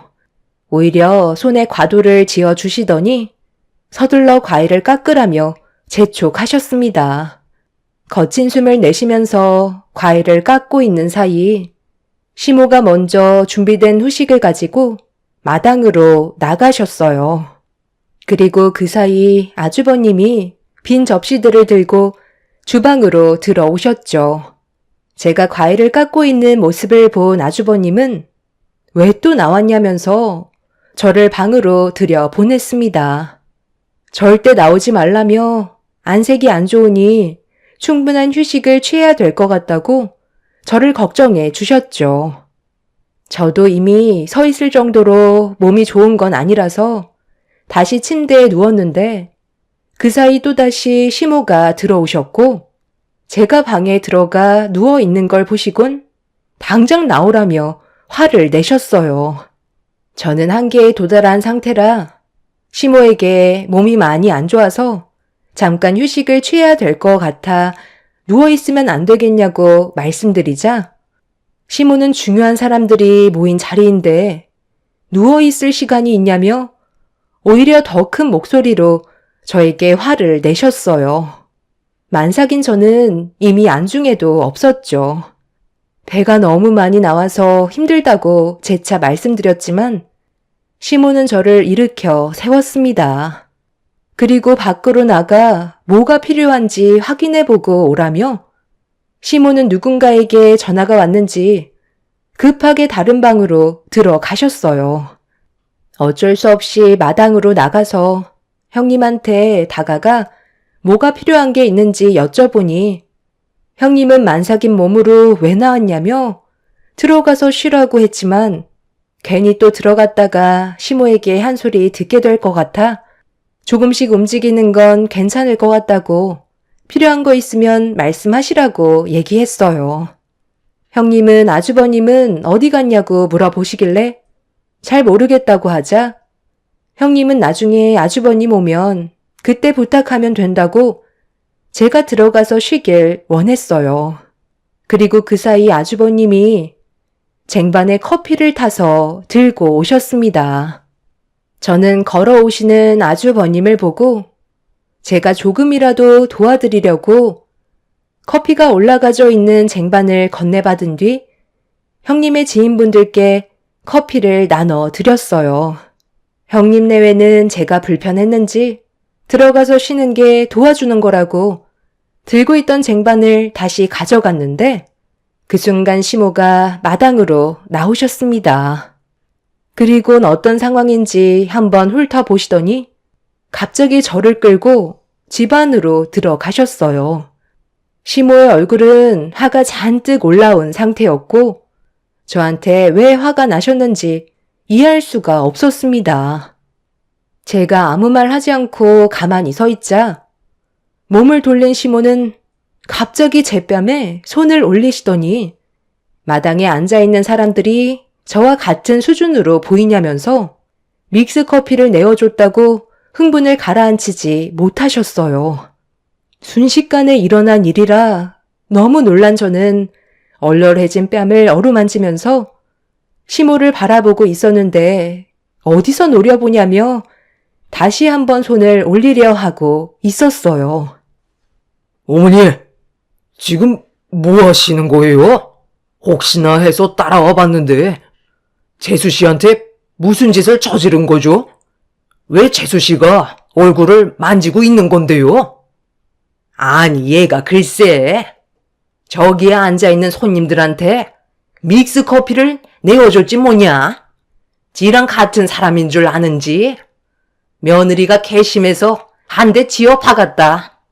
몸에 좋은 후식이 얼마나 많은데 믹스 커피가 웬 말이야? 너는 정신이 있는 거야? 보자 하니까 여기가 어딘 줄 알고 감히 믹스 커피를 내나? 뭘 해야 될지 모르면 가만히라도 있던가? 어머니, 설마 지금 재수 씨 얼굴에 손을 올린 거예요? 제정신이에요?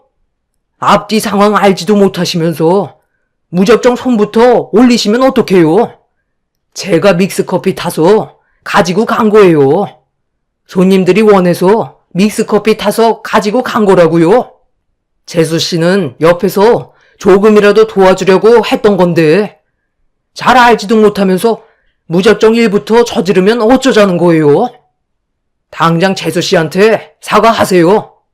그리고 저희가 안 와도 된다고 했는데 굳이 오셔서는 오히려 피해만 주고 있잖아요. 어머님, 제가 왜 뺨을 맞아야 했는지 정말 모르겠어요. 지금 몸이 힘든데도 어머님이 시키는 건 다 하고 있었는데 꼭 이렇게까지 하셨어야 되는 거예요? 잠깐만. 그러니까 네가 믹스커피를 타서 내어준 게 아니었다는 거야? 그걸 왜 이제야 얘기하는 거야? 미리 말을 했으면 이런 일도 없었을 거 아니야?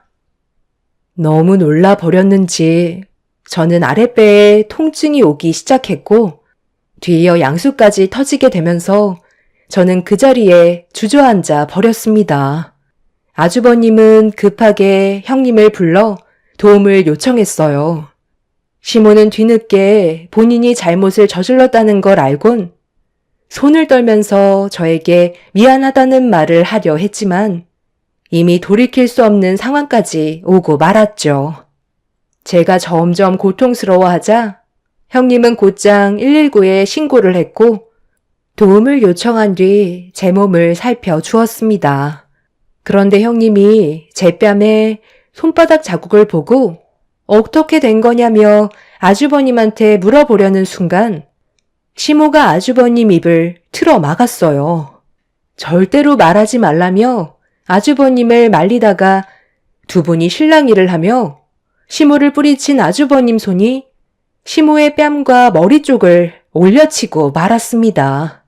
시모는 그 자리에서 털썩 주저앉더니 저에게 눈물을 흘리면서 용서를 구하셨지만 이미 제 마음은 굳게 닫혀버리게 되었고 고개를 돌려 버렸어요. 그렇게 저는 119의 도움을 받아 병원에서 무사히 출산까지 할 수 있게 되었고 이 소식을 듣게 된 남편과 시부가 급하게 병원으로 달려와 주었죠. 저희 부모님께서도 제 옆을 지켜주셨는데 제 얼굴에 시모가 올려친 손바닥 자국이 그대로 멍이 들어버려 온 가족이 시모의 행동에 상당한 충격을 받게 되었고 저희 엄마는 뒤늦게 병실을 찾아온 시모의 머리채를 잡으며 난리를 치고 말았습니다. 만삭인 저에게 손을 올렸다는 건 절대로 용서받을 수 없는 상황이었죠. 결국 그 일로 인해 저희 부모님께서는 시모에게 법적인 소송을 걸었고 온 가족이 등을 돌리고 말았습니다. 시부는 이런 충격적인 일을 저질렀다는 거에 너무 실망한 나머지 조금도 용서해주지 않았어요. 결국 시모의 곁에는 아무도 남아있지 않게 되었죠. 처음부터 시모는 저를 마음에 들어하지 않았었지만 임신했다는 이유 하나만으로 좋은 관계로 풀어나가려 했었지만 속으로는 저를 완전히 며느리로 받아들인 게 아니었다는 걸 알 수 있었습니다. 결국 이 일로 인해 시모는 저에게 찾아와 제 얼굴에 손을 올린 부분에 대해서는 미안하다고 무릎 꿇고 오열을 하셨지만 저는 시모의 얼굴조차 보고 싶지 않았어요. 시모에게는 형님이 우선이었고 만삭이었던 저는 안중에도 없었으니까요. 말로는 저와 잘 지내고 싶다고 했었지만 속은 그게 아니었다는 걸 확실히 알 수 있었던 계기였던 거죠. 현재 시모는 시부에게 쫓겨난 상태입니다. 따로 살고 있으면서 금전적인 지원도 전부 끊어버렸죠. 자식들과 며느리들까지 전부 다 등을 돌리게 되자 시모는 그제서야 땅을 치며 후회하고 있어요. 앞서 말씀드렸지만 저는 시모의 행동을 이해할 수가 없습니다. 여러분들께서는 시모의 입장이 이해가 되시나요? 제가 그렇게 잘못했나요? 너무 당황스럽고 어이가 없어서 이런 일들이 저에게 펼쳐졌다는 게 아직까지 믿어지지가 않네요. 아마 평생 시모를 용서해 줄 수는 없을 것 같아요. 혼자 살다가 세상을 떠나셔도 장례식장에 발도 들이지 않을 것 같습니다. 한 번도 아닌 두 번의 상처를 크게 받은 저는 두 번 다시 시모를 볼 생각도 손자를 보여드릴 생각도 없습니다. 그날 의사의 말에 따르면 배뭉침과 진통이 지속적으로 있었고 양수가 먼저 터져서 진작에 병원에 다시 갔어야 했는데 조금만 더 늦었다면 저와 태아 모두 위험한 상황이었다는 말을 들었어요. 제 인생에 두 번 다시 기억하고 싶지 않았던 순간들을 여러분들께 털어놓게 되었네요. 앞으로 무사히 세상에 태어난 제 아들과 저희 가족에게 행복한 일들만 펼쳐졌으면 좋겠어요. 제 사연 들어주신 분들 언제나 건강 유의하시고 가정의 평화와 행복이 가득하시길 기원드립니다. 감사합니다.